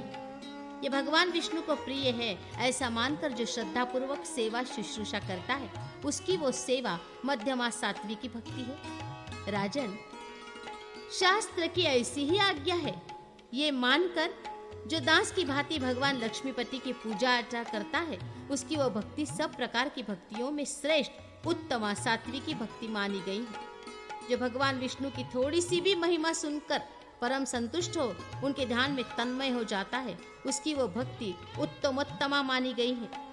मैं ही परम विष्णु रूप हूँ, मुझ में ये संपूर्ण जगत स्थित है, इस प्रकार जो सदा भगवान से अपने को अभिन्न देखता है उसे उत्तमोत्तम भक्त समझना चाहिए। ये 10 प्रकार की भक्ति संसार बंधन का नाश करने वाली है। उसमें भी सात्विक की भक्ति संपूर्ण मनोवांछित फल देने वाली है। इसलिए भूपाल सुनो, संसार को जीतने की इच्छा वाले उपासक को अपने कर्म का त्याग न करते हुए भगवान जनार्दन की भक्ति करनी चाहिए। जो स्वधर्म का परित्याग करके भक्ति मात्र से जीवन धारण करता है उस पर भगवान विष्णु संतुष्ट नहीं होते, वे तो धर्माचरण से संतुष्ट होते हैं। संपूर्ण आगमों में आचार को प्रथम स्थान दिया गया है। आचार से धर्म प्रकट होता है और धर्म के स्वामी साक्षात भगवान विष्णु हैं। इसलिए स्वधर्म का विरोध न करते हुए श्री हरि की भक्ति करना चाहिए। सदाचार शून्य मनुष्यों के धर्म भी सुख देने वाले नहीं होते। स्वधर्म पालन के बिना ही की हुई भक्ति भी नहीं के हुई के समान कही गई है। राजन, तुमने जो कुछ पूछा था वो सब मैंने कह दिया। अतः तुम अपने धर्म में तत्पर रहकर सूक्ष्म से सूक्ष्म स्वरूप वाले जनार्दन भगवान नारायण का पूजन करो। इससे तुम्हें सनातन सुख की प्राप्ति होगी। भगवान शिव ही साक्षात श्री हरि है और श्री हरि ही स्वयं शिव है। इन दोनों में भेद देखने वाला दुष्ट पुरुष करोड़ों नरकों में जाता है। इसलिए भगवान विष्णु और शिव को समान समझकर उनकी आराधना करो। इनमें भेद दृष्टि करने वाला मनुष्य इहलोक और परलोक में भी दुख पाता है। जनेश्वर, मैं जिस कार्य के लिए तुम्हारे पास आया था वो तुम्हें बतलाता हूँ। सुमते, सावधान होकर सुनो। राजन, आत्मघात का पाप करने वाले तुम्हारे पितामहगण महात्मा कपिल के क्रोध से दग्ध हो गए और इस समय वे नरक में निवास करते हैं। महाभाग, गंगा जी को लाने का पराक्रम करके तुम उनका उद्धार करो। भूपते, गंगा जी निश्चय ही सब पापों का नाश कर देती। नृपश्रेष्ठ, मनुष्य के केश, हड्डी, नख, दांत तथा शरीर की भस्म भी यदि गंगा जी के शरीर से छू जाएं, तब वे भगवान विष्णु के धाम में पहुंचा देती है। राजन, जिसकी हड्डी अथवा भस्म को मनुष्य गंगा जी में डाल देते हैं, वह सब पापों से मुक्त हो भगवान श्री हरि के धाम में चला जाता है। भूपते, अब तक जितने भी पाप तुम्हें बताए गए हैं, वे सब गंगा जी के एक बिंदु का अभिषेक होने से नष्ट हो जाते हैं। श्री सनत जी कहते हैं, मुनि श्रेष्ठ नारद धर्मात्मा महाराज भगीरथ से ऐसा कहकर धर्मराज तत्काल अंतर्धान हो गए। तब सब शास्त्रों के पारगामी महाबुद्धिमान राजा भगीरथ संपूर्ण पृथ्वी का राज्य मंत्रियों को सौंपकर स्वयं वन को चले गए। वहां से हिमालय पर जाकर नर नारायण के आश्रम से पश्चिम की तरफ बर्फ से ढके हुए एक शिखर पर, जो 16 योजन विस्तृत है, उन्होंने तपस्या की और त्रिभुवन पावनी गंगा को वे इस भूतल पर ले आए। राजा भगीरथ का भृगुजी के आश्रम पर जाकर सत्संग लाभ करना तथा हिमालय पर घोर तपस्या करके भगवान विष्णु और शिव की कृपा से गंगा जी को लाकर पितरों का उद्धार करना। नारद जी ने पूछा, मुने, हिमालय पर्वत पर जाकर राजा भगीरथ ने क्या किया? वे गंगा जी को किस प्रकार ले आए, ये मुझे बताने की कृपा करें। श्री सनक जी ने कहा, मुने, महाराज भगीरथ जटा और चीर धारण करके तपस्या के लिए हिमालय पर जाते हुए गोदावरी नदी के तट पर पहुंचे। वहां उन्होंने महान वन में महर्षि भृगु का उत्तम आश्रम देखा, जो कृष्णसार मृगों से भरा हुआ था और चमरी गायों का समुदाय अपनी पूंछ हिलाकर मानो उस आश्रम को चंवर डुला रहा था। मालती, जूही, कुंद, चंपा और अश्वत्थ उस आश्रम को विभूषित कर रहे थे।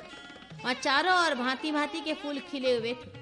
ऋषि मुनियों का समुदाय वहां निवास करता था। वेदों और शास्त्रों का महान घोष आकाश में गूंज रहा था। महर्षि भृगु के ऐसे आश्रम में राजा भगीरथ ने प्रवेश किया। भृगु जी परब्रह्म के स्वरूप का प्रतिपादन कर रहे थे। शिष्यों की मंडली उन्हें घेर कर बैठी थी। तेज में वे भगवान सूर्य के समान थे। राजा भगीरथ ने वहां उनका दर्शन किया और उनके चरण ग्रहण आदि विधि से उन ब्राह्मण शिरोमणि की वंदना की। साथ ही भृगु जी ने भी सम्मान पूर्वक राजा का आतिथ्य सत्कार किया। महर्षि भृगु के द्वारा आतिथ्य सत्कार हो जाने पर राजा भगीरथ उन मुनीश्वर से हाथ जोड़कर विनय पूर्वक बोले। भगीरथ ने कहा, भगवान, आप सब धर्मों के ज्ञाता तथा संपूर्ण शास्त्रों के विद्वान हैं। मैं संसार बंधन के भय से डर कर आपसे मनुष्यों के उद्धार का उपाय पूछता हूँ। सर्वज्ञ मुनि स्तप्तम, यदि मैं आपका कृपा पत्र हूँ तो जिस कर्म से भगवान संतुष्ट होते हैं वो मुझे बताइए। भृगु ने कहा, राजन, तुम्हारी अभिलाषा क्या है ये मुझे मालूम हो गई। तुम पुण्यात्माओं में श्रेष्ठ हो, अन्यथा अपने समस्त कुल का उद्धार करने की योग्यता तुम में कैसी आती? भोपाल, जो कोई भी क्यों न हो, यदि वो शुभ कर्म के द्वारा अपने कुल के उद्धार की इच्छा रखता है तो उसे नररूप में साक्षात नारायण ही समझना चाहिए। राजेंद्र, जिस कर्म से प्रसन्न होकर देवेश्वर भगवान विष्णु मनुष्यों को अभिष्ट फल प्रदान करते हैं वो बतलाता हूँ। एकाग्र चित्त होकर सुनो। राजन, तुम सदा सत्य का पालन करो और अहिंसा धर्म में स्थित रहो। सदा संपूर्ण प्राणियों के हित में लगे रहकर कभी भी झूठ न बोलो। दुष्टों का साथ छोड़ दो, सत्संग का सेवन करो, पुण्य करो और दिन रात सनातन भगवान विष्णु का स्मरण करते रहो। भगवान महाविष्णु की पूजा करो और उत्तम शांति का आश्रय लो। द्वादशाक्षर अथवा अष्टाक्षर मंत्र जपो, इससे तुम्हारा कल्याण होगा। भगीरथ ने पूछा, मुने, सत्य कैसा कहा गया है? संपूर्ण भूतों का हित क्या है? अनृत झूठ किसे कहते हैं? दुष्ट कैसे होते हैं? कैसे लोगों को साधु कहा गया है? तथा पुण्य कैसा होता है? भगवान विष्णु का स्मरण कैसे करना चाहिए और उनकी पूजा कैसे होती है? मुने, शांति किसे कहा गया है? अष्टाक्षर मंत्र क्या है? तत्वार्थ के ज्ञाता महर्षि द्वादशाक्षर मंत्र क्या होता है? मुझ पर बड़ी भारी कृपा करके इन सब की व्याख्या करें। भृगु ने कहा, महाप्राज्ञ, बहुत अच्छा, तुम्हारी बुद्धि बहुत उत्तम है। भोपाल, तुमने मुझसे जो कुछ पूछा है वो सब तुम्हें बतलाता हूँ। विद्वान पुरुष यथार्थ कथन को सत्य कहते हैं। धर्मपरायण मनुष्यों को इस प्रकार सत्य बोलना चाहिए कि धर्म का विरोध न होने पाए। इसलिए साधु पुरुष देश काल आदि का विचार करके स्वधर्म का विरोध न करते हुए जो यथार्थ वचन बोलते हैं वो सत्य कहलाता है। राजन, संपूर्ण जीवों में से किसी को भी जो क्लेश न देना है उसी का नाम अहिंसा है। वह संपूर्ण कामनाओं को देने वाली बताई गई है। धर्म के कार्य में सहायता पहुंचाना और अधर्म के कार्य का विरोध करना, इसे धर्मज्ञ पुरुष संपूर्ण लोगों का हित साधन कहते हैं। धर्म और अधर्म का विचार न करके केवल अपनी इच्छा के अनुसार कहना असत्य है। उसे सब प्रकार के कल्याण का विरोधी समझना चाहिए। राजन, जिनकी बुद्धि सदा कुमार्ग में लगी रहती है, जो सब लोगों से द्वेष रखने वाले और मूर्ख हैं, उन्हें संपूर्ण धर्मों से बहिष्कृत दुष्ट पुरुष जानना चाहिए। जो लोग धर्म और अधर्म का विवेक करके वेदोक्त मार्ग पर चलते हैं तथा सब लोगों के हित में संलग्न रहते हैं, उन्हें साधु कहा गया है। जो भगवान की भक्ति में सहायक है, साधु पुरुष जिसका पालन करते हैं तथा जो अपने लिए भी आनंददायक है, उसे धर्म कहते हैं। ये संपूर्ण जगत भगवान विष्णु का स्वरूप है। विष्णु सबके कारण है और मैं भी विष्णु हूँ। ये जो ज्ञान है उसी को भगवान विष्णु का स्मरण समझना चाहिए।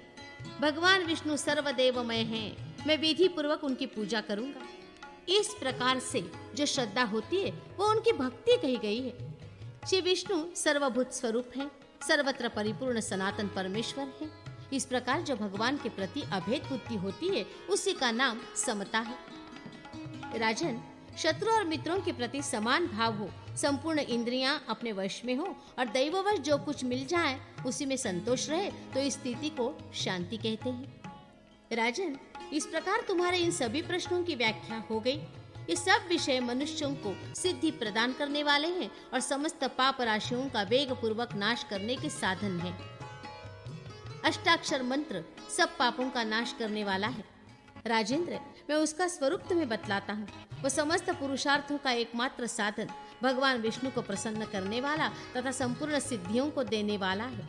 ओम नमो नारायणाय, यही अष्टाक्षर मंत्र है। इसका जप करना चाहिए। महाराज, ओम नमो भगवते वासुदेवाय, ये द्वादशाक्षर मंत्र कहा गया है। राजन, इन अष्टाक्षर और द्वादशाक्षर दोनों मंत्रों का समान फल है। इनकी प्रवृत्ति और निवृत्ति इन दोनों मार्ग वालों के लिए समता बताई गई है। इन दोनों मंत्रों के जप के लिए भगवान का ध्यान इस प्रकार करना चाहिए। भगवान नारायण अपने हाथों में शंख और चक्र धारण किए शांत भाव से विराजमान है। रोग और शोक उनका कभी स्पर्श नहीं करते। उनके वामांक में लक्ष्मी जी विराज रही हैं। वे सर्वशक्तिमान प्रभु सबको अभयदान कर रहे हैं। उनके मस्तक पर किरीट और कानों में कुंडल शोभा पाते हैं। वे नाना प्रकार के अलंकारों से सुशोभित हैं। गले में कस्तूर मणि और वनमाला धारण किए हुए हैं। उनका वक्षस्थल श्रीवस्त्र चिन्ह से चिन्हित है। वे पीतांबरधारी भगवान देवताओं और दानवों से भी वंदित हैं। उनका आदि और अंत नहीं है। वे संपूर्ण मनोवांछित फलों के देने वाले हैं। इस प्रकार भगवान का ध्यान करना चाहिए। वे अंतर्यामी, ज्ञान स्वरूप, सर्वव्यापी तथा सनातन है। राजा भगीरथ, तुमने जो कुछ पूछा वो सब इस रूप में बताया गया है। तुम्हारा कल्याण हो। अब सुखपूर्वक तपस्या में सिद्धि प्राप्त करने के लिए जाओ। महर्षि भृगु के ऐसा कहने पर राजा भगीरथ बहुत प्रसन्न हुए और तपस्या के लिए वन में गए। हिमालय पर्वत पर पहुंचकर वहां के मनोहर पावन प्रदेश में स्थित नादेश्वर महाक्षेत्र में उन्होंने अत्यंत दुष्कर तपस्या की। राजा तीनों काल स्नान करते, कंद मूल तथा फल खाकर रहते और उसी से आए हुए अतिथियों का सत्कार भी करते थे। वे प्रतिदिन होम में तत्पर रहते, संपूर्ण भूतों के हितैषी होकर शांत भाव से स्थित थे। उन्होंने भगवान नारायण की शरण ले रखी थी। पत्र, पुष्प, फल और जल से वे तीनों काल श्री हरि की आराधना करते थे। इस प्रकार अत्यंत धैर्य पूर्वक भगवान नारायण का ध्यान करते हुए वे सूखे पत्ते खाकर रहने लगे। तदनंतर परम धर्मात्मा राजा भगीरथ ने प्राणायाम करते हुए श्वास बंद करके तपस्या करना प्रारंभ किया। जिनका कोई अंत नहीं है या जो किसी से पराजित नहीं होते, उन्हें श्री नारायण देव का चिंतन करते हुए वे 60,000 वर्षों तक श्वास रोके रहे। उस समय राजा की नासिका से छिद्र से भयंकर अग्नि प्रकट हुई। उसे देखकर सब देवता थर्रा उठे और उस अग्नि से संतप्त होने लगे। फिर वे देवेश्वर गण क्षीर सागर के उत्तर तट पर, जहाँ जगदीश्वर श्री हरि निवास करते हैं, पहुंचकर भगवान महाविष्णु की शरण में गए और शरणागतों की रक्षा करने वाले देव देवेश्वर भगवान की इस प्रकार स्तुति करने लगे। देवताओं ने कहा, जो जगत के एकमात्र स्वामी तथा स्मरण करने वाले भक्तजनों की समस्त पीड़ा दूर कर देने वाले हैं, उन परमेश्वर श्री विष्णु को हम नमस्कार करते हैं। ज्ञानी पुरुष उन्हें स्वभावतः शुद्ध, सर्वत्र परिपूर्ण एवं ज्ञान स्वरूप कहते हैं। श्रेष्ठ योगी जन जिनका सदा ध्यान करते हैं, जो परमात्मा अपनी इच्छा के अनुसार शरीर धारण करके देवताओं का कार्य सिद्ध करते हैं, ये संपूर्ण जगत जिनका स्वरूप है तथा जो जगत के आदि स्वामी हैं, उन भगवान पुरुषोत्तम को हम प्रणाम करते हैं। जिनके नामों का संकीर्तन करने मात्र से दुष्ट पुरुषों के भी समस्त पाप नष्ट हो जाते हैं, जो सबके शासक, स्तवन करने योग्य एवं पुराण पुरुष हैं, उन भगवान विष्णु को हम पुरुषार्थ सिद्धि के लिए नमस्कार करते हैं। सूर्य आदि जिनके तेज से प्रकाशित होते हैं और कभी भी जिनकी आज्ञा का उल्लंघन नहीं करते, जो संपूर्ण देवताओं के अधीश्वर तथा पुरुषार्थ रूप हैं, उन्हें काल स्वरूप श्री हरि को हम नमस्कार करते हैं। जिनकी आज्ञा के अनुसार ब्रह्मा जी इस जगत की सृष्टि करते हैं, रुद्र संहार करते हैं और ब्राह्मण लोग श्रुतियों के द्वारा सब लोगों को पवित्र करते हैं, जो गुणों के भंडार और सबके गुरु उपदेशक गुरु हैं, उन आदिदेव भगवान विष्णु की हम शरण में आए हैं। जो सबसे श्रेष्ठ, वरण करने योग्य तथा मधु और कैटभ भक्त को मारने वाले हैं। देवता और दैत्य भी जिनकी चरण पादुका का पूजन करते हैं, जो श्रेष्ठ भक्तों की मनोवांछित कामनाओं की सिद्धि के कारण हैं तथा एकमात्र ज्ञान द्वारा जिनके तत्व का बोध होता है, उन दिव्य शक्ति संपन्न भगवान को हम प्रणाम करते हैं। जो आदि, मध्य और अंत से रहित, अजन्मा, अनादि, अविद्या नामक अंधकार का नाश करने वाले सत्य, चित, परमानंद घन स्वरूप तथा रूप आदि से रहित है, उन भगवान परमेश्वर को हम प्रणाम करते हैं। जो जल में शयन करने के कारण नारायण, सर्वव्यापी होने से विष्णु, अविनाशी होने से अनंत और सबके शासक होने से ईश्वर कहलाते हैं, अपने श्री अंगों पर रेशमी पीतांबर धारण करते हैं। ब्रह्मा तथा रुद्र आदि जिनकी सेवा में लगे रहते हैं, जो यज्ञ के प्रेमी, यज्ञ करने वाले, विशुद्ध, सर्वोत्तम एवं अव्यय्य हैं, उन भगवान विष्णु को हम नमस्कार करते हैं। इंद्र आदि देवताओं के इस प्रकार स्तुति करने पर भगवान महाविष्णु ने देवताओं को राजश्री भगीरथ का चरित्र बतलाया। नारद जी फिर उन सबको आश्वासन तथा अभय देकर निरंजन भगवान विष्णु उस स्थान पर गए जहाँ राजश्री भगीरथ तपस्या करते थे। संपूर्ण जगत के गुरु, शंख चक्रधारी, सच्चिदानंद स्वरूप भगवान श्री हरि ने राजा भगीरथ को प्रत्यक्ष दर्शन दिया। राजा ने देखा सामने कमल नयन भगवान विराजमान हैं। उनकी प्रभा से संपूर्ण दिग्दिगत उद्दासित हो रहा है। उनके अंगों की कांति अलसी के फूल के भांति श्याम है। कानों में झलमलाते हुए कुंडल उनकी शोभा बढ़ा रहे हैं। चिकने घुंघराले केशों वाले मुखारविंद से सुशोभित हैं। मस्तक पर जगमगाता हुआ मुकुट उनके स्वरूप को और भी प्रकाशपूर्ण किए देता है। वक्षस्थल में श्रीवत्स का चिन्ह और कौस्तुभ मणि है। वे वनमाला से विभूषित है। उनकी भुजाएं बड़ी बड़ी हैं। अंग अंग से उदारता टपक रही। उनके चरणारविंद लोकेश ब्रह्मा जी के द्वारा पूजित है। भगवान की ये झांकी देखकर राजा भगीरथ भूतल पर दंड की भांति पड़ गए। उनका कंधा झुक गया और वे बार बार प्रणाम करने लगे। उनका हृदय अत्यंत हर्ष से भरा हुआ था। शरीर में रोमांच छाया था और वे गदगद कंठ से कृष्ण कृष्ण कृष्ण श्री कृष्ण इस प्रकार उच्चारण कर रहे थे। अंतर्यामी जगत गुरु भगवान विष्णु भगीरथ पर प्रसन्न थे। उन भूत भावन भगवान ने करुणा से भरकर कहा। श्री भगवान बोले, महाभाग भगीरथ, तुम्हारा अभिष्ट सिद्ध होगा। तुम्हारे पूर्व पितामह मेरे लोक में जाएंगे। राजन, भगवान शिव मेरे दूसरे स्वरूप हैं। तुम यथाशक्ति स्तुति पाठ करके उनका स्तवन करो। वे तुम्हारा संपूर्ण मनोरथ तत्काल सिद्ध करेंगे। जिन्होंने अपनी शरण में आए हुए चंद्रमा को स्वीकार किया है, वे बड़े शरणागत वत्सल हैं। अतः स्तोत्र द्वारा स्तवन करने योग्य उन सुखदाता ईशान की तुम आराधना करो। अनादि अनंत देव महेश्वर संपूर्ण कामनाओं तथा फलों को दाता है। राजन, तुमसे भली भांति पूजित होकर वे शीघ्र तुम्हारा कल्याण करेंगे। मुनि श्रेष्ठ नारद, 3 लोकों के स्वामी देव देवेश्वर भगवान अच्युत ऐसा कहकर अंतर्धान हो गए। फिर वे राजा भगीरथ भी उठे। द्विज श्रेष्ठ, राजा के मन में बड़ा आश्चर्य हुआ। वे सोचने लगे, क्या यह सब स्वप्न था अथवा साक्षात सत्य का ही दर्शन हुआ है? अब मैं क्या करूं? इस प्रकार भ्रांत चित्त हुए राजा भगीरथ से आकाशवाणी ने उच्च स्वर से कहा, राजन, ये सब अवश्य ही सत्य है, तुम चिंता न कर। आकाशवाणी सुनकर भूपाल भगीरथ ने हम सब के कारण तथा समस्त देवताओं के स्वामी भगवान शिव का भक्ति पूर्वक स्तवन किया। भगीरथ ने कहा, मैं प्रणत जनों की पीड़ा का नाश करने वाले विश्वनाथ शिव को प्रणाम करता हूँ। जो प्रमाण से परे तथा प्रमाण रूप हैं, उन भगवान ईशान को मैं नमस्कार करता हूँ, जो जगत स्वरूप होते हुए भी नित्य और अजन्मा है। संसार की सृष्टि, संहार और पालन के एकमात्र कारण है, उन भगवान शिव को मैं प्रणाम करता हूँ। योगीश्वर, महात्मा जिनका आदि मध्य और अंत से रहित अनंत, अजन्मा एवं अव्यय रूप से चिंतन करते हैं, उन पुष्टिवर्धक शिव को मैं प्रणाम करता हूँ। पशुपति भगवान शिव को नमस्कार है। चैतन्य स्वरूप भगवान शंकर को नमस्कार है। असमर्थों को सामर्थ्य देने वाले शिव को नमस्कार है। समस्त प्राणियों के पालक भगवान भूतनाथ को नमस्कार है। प्रभु, आप हाथ में पिनाक धारण करते हैं, आपको नमस्कार है।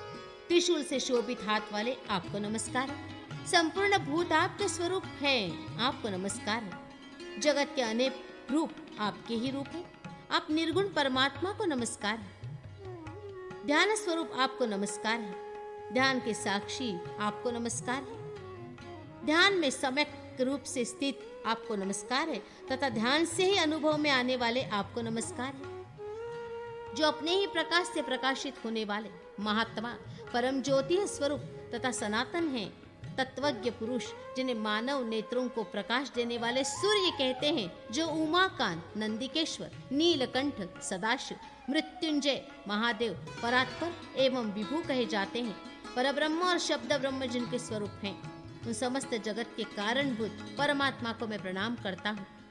प्रभु, आप जटाजूट धारण करने वाले हैं, आपको नमस्कार। जिनसे समुद्र, नदियां, पर्वत, गंधर्व, यक्ष, असुर, सिद्ध समुदाय, स्थावर जंगम, बड़े छोटे, सत असत तथा जड़ और चेतन सबका प्रादुर्भाव हुआ है। योगी पुरुष जिनके चरणार बिंदों में नमस्कार करते हैं, जो सबके अंतरात्मा, रूपहीन एवं ईश्वर हैं, उन स्वतंत्र एक तथा गुणियों के गुण स्वरूप भगवान शिव को मैं बार बार प्रणाम करता हूँ, बार बार मस्तक झुकाता हूँ। सब लोगों का कल्याण करने वाले महादेव भगवान शंकर इस प्रकार अपनी स्तुति सुनकर, जिनकी तपस्या पूर्ण हो चुकी है, उन राजा भगीरथ के आगे प्रकट हुए। उनके 5 मुख और 10 भुजाएं हैं।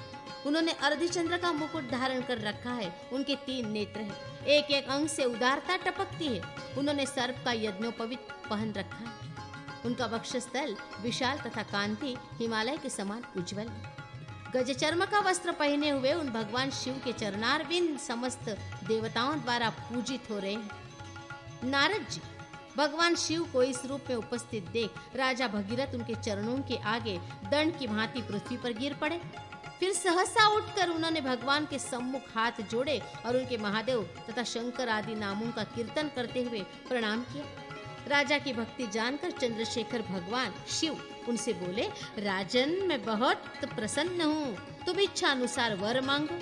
तुमने स्तोत्र और तपस्या द्वारा मुझे भली भांति संतुष्ट किया है। भगवान शिव के ऐसा कहने पर राजा का हृदय प्रसन्नता से खिल उठा और वे हाथ जोड़कर जगदीश्वर शिव से इस प्रकार बोले। भगीरथ ने कहा, महेश्वर, यदि मैं वरदान देकर अनुग्रहित करने योग्य हूँ तो हमारे पितरों की मुक्ति के लिए आप हमें गंगा प्रदान करें। भगवान शिव बोले, राजन, मैंने तुम्हें गंगा दे दी। इससे तुम्हारे पितरों को उत्तम गति प्राप्त होगी और तुम्हें भी परम मोक्ष मिलेगा। योग कहकर भगवान शिव अंतर्धान हो गए। तत्पश्चात जटाजूटधारी भगवान शिव की जटा से नीचे आकर जगत को एकमात्र पावन करने वाली गंगा समस्त जगत को पवित्र करती हुई राजा भगीरथ के पीछे पीछे चली। मुने, तब से परम निर्मल पापहारिणी गंगा देवी तीनों लोकों में भागीरथी के नाम से विख्यात हुई। सगर के पुत्र पूर्व काल में अपने ही पाप के कारण जहाँ दग्ध हुए थे, उस स्थान को भी सरिताओं में श्रेष्ठ गंगा ने अपने जल से प्लावित कर दिया। सगर पुत्रों की भस्म जो ही गंगा जल से प्रवाहित हुई, त्यों ही वे निष्पाप हो गए। पहले जो नरक में डूबे हुए थे, उनका गंगा ने उद्धार कर दिया। पूर्व काल में यमराज ने अत्यंत कुपित होकर जिन्हें बड़ी भारी पीड़ा दी थी, वे ही गंगा जी के जल से उनके शरीर की भस्म आप्लावित होने के कारण उन्हीं यमराज के द्वारा पूजित हुए। सगर पुत्रों को निष्पाप समझकर यमराज ने उन्हें प्रणाम किया और विधि पूर्वक उनकी पूजा करके प्रसन्नता पूर्वक कहा, राजकुमारों, आप लोग अत्यंत भयंकर नरक से उद्धार पा गए। अब इस विमान पर बैठकर भगवान विष्णु के धाम में जाइए। यमराज के ऐसा कहने पर वे पाप रहित महात्मा दिव्य देह धारण करके भगवान विष्णु के लोक में चले गए। भगवान विष्णु के चरणों के अग्रभाग से प्रकट हुई गंगा जी का ऐसा प्रभाव है। महापातकों का नाश करने वाली गंगा संपूर्ण लोकों में विख्यात है। ये पवित्र आख्यान महापातकों का नाश करने वाला है। जो इसे पढ़ता अथवा सुनता है, वो गंगा स्नान का फल पाता है। जो इस पवित्र आख्यान को ब्राह्मण के सम्मुख कहता है, वह भगवान विष्णु के पुनरावृत्ति रहित धाम में जाता है।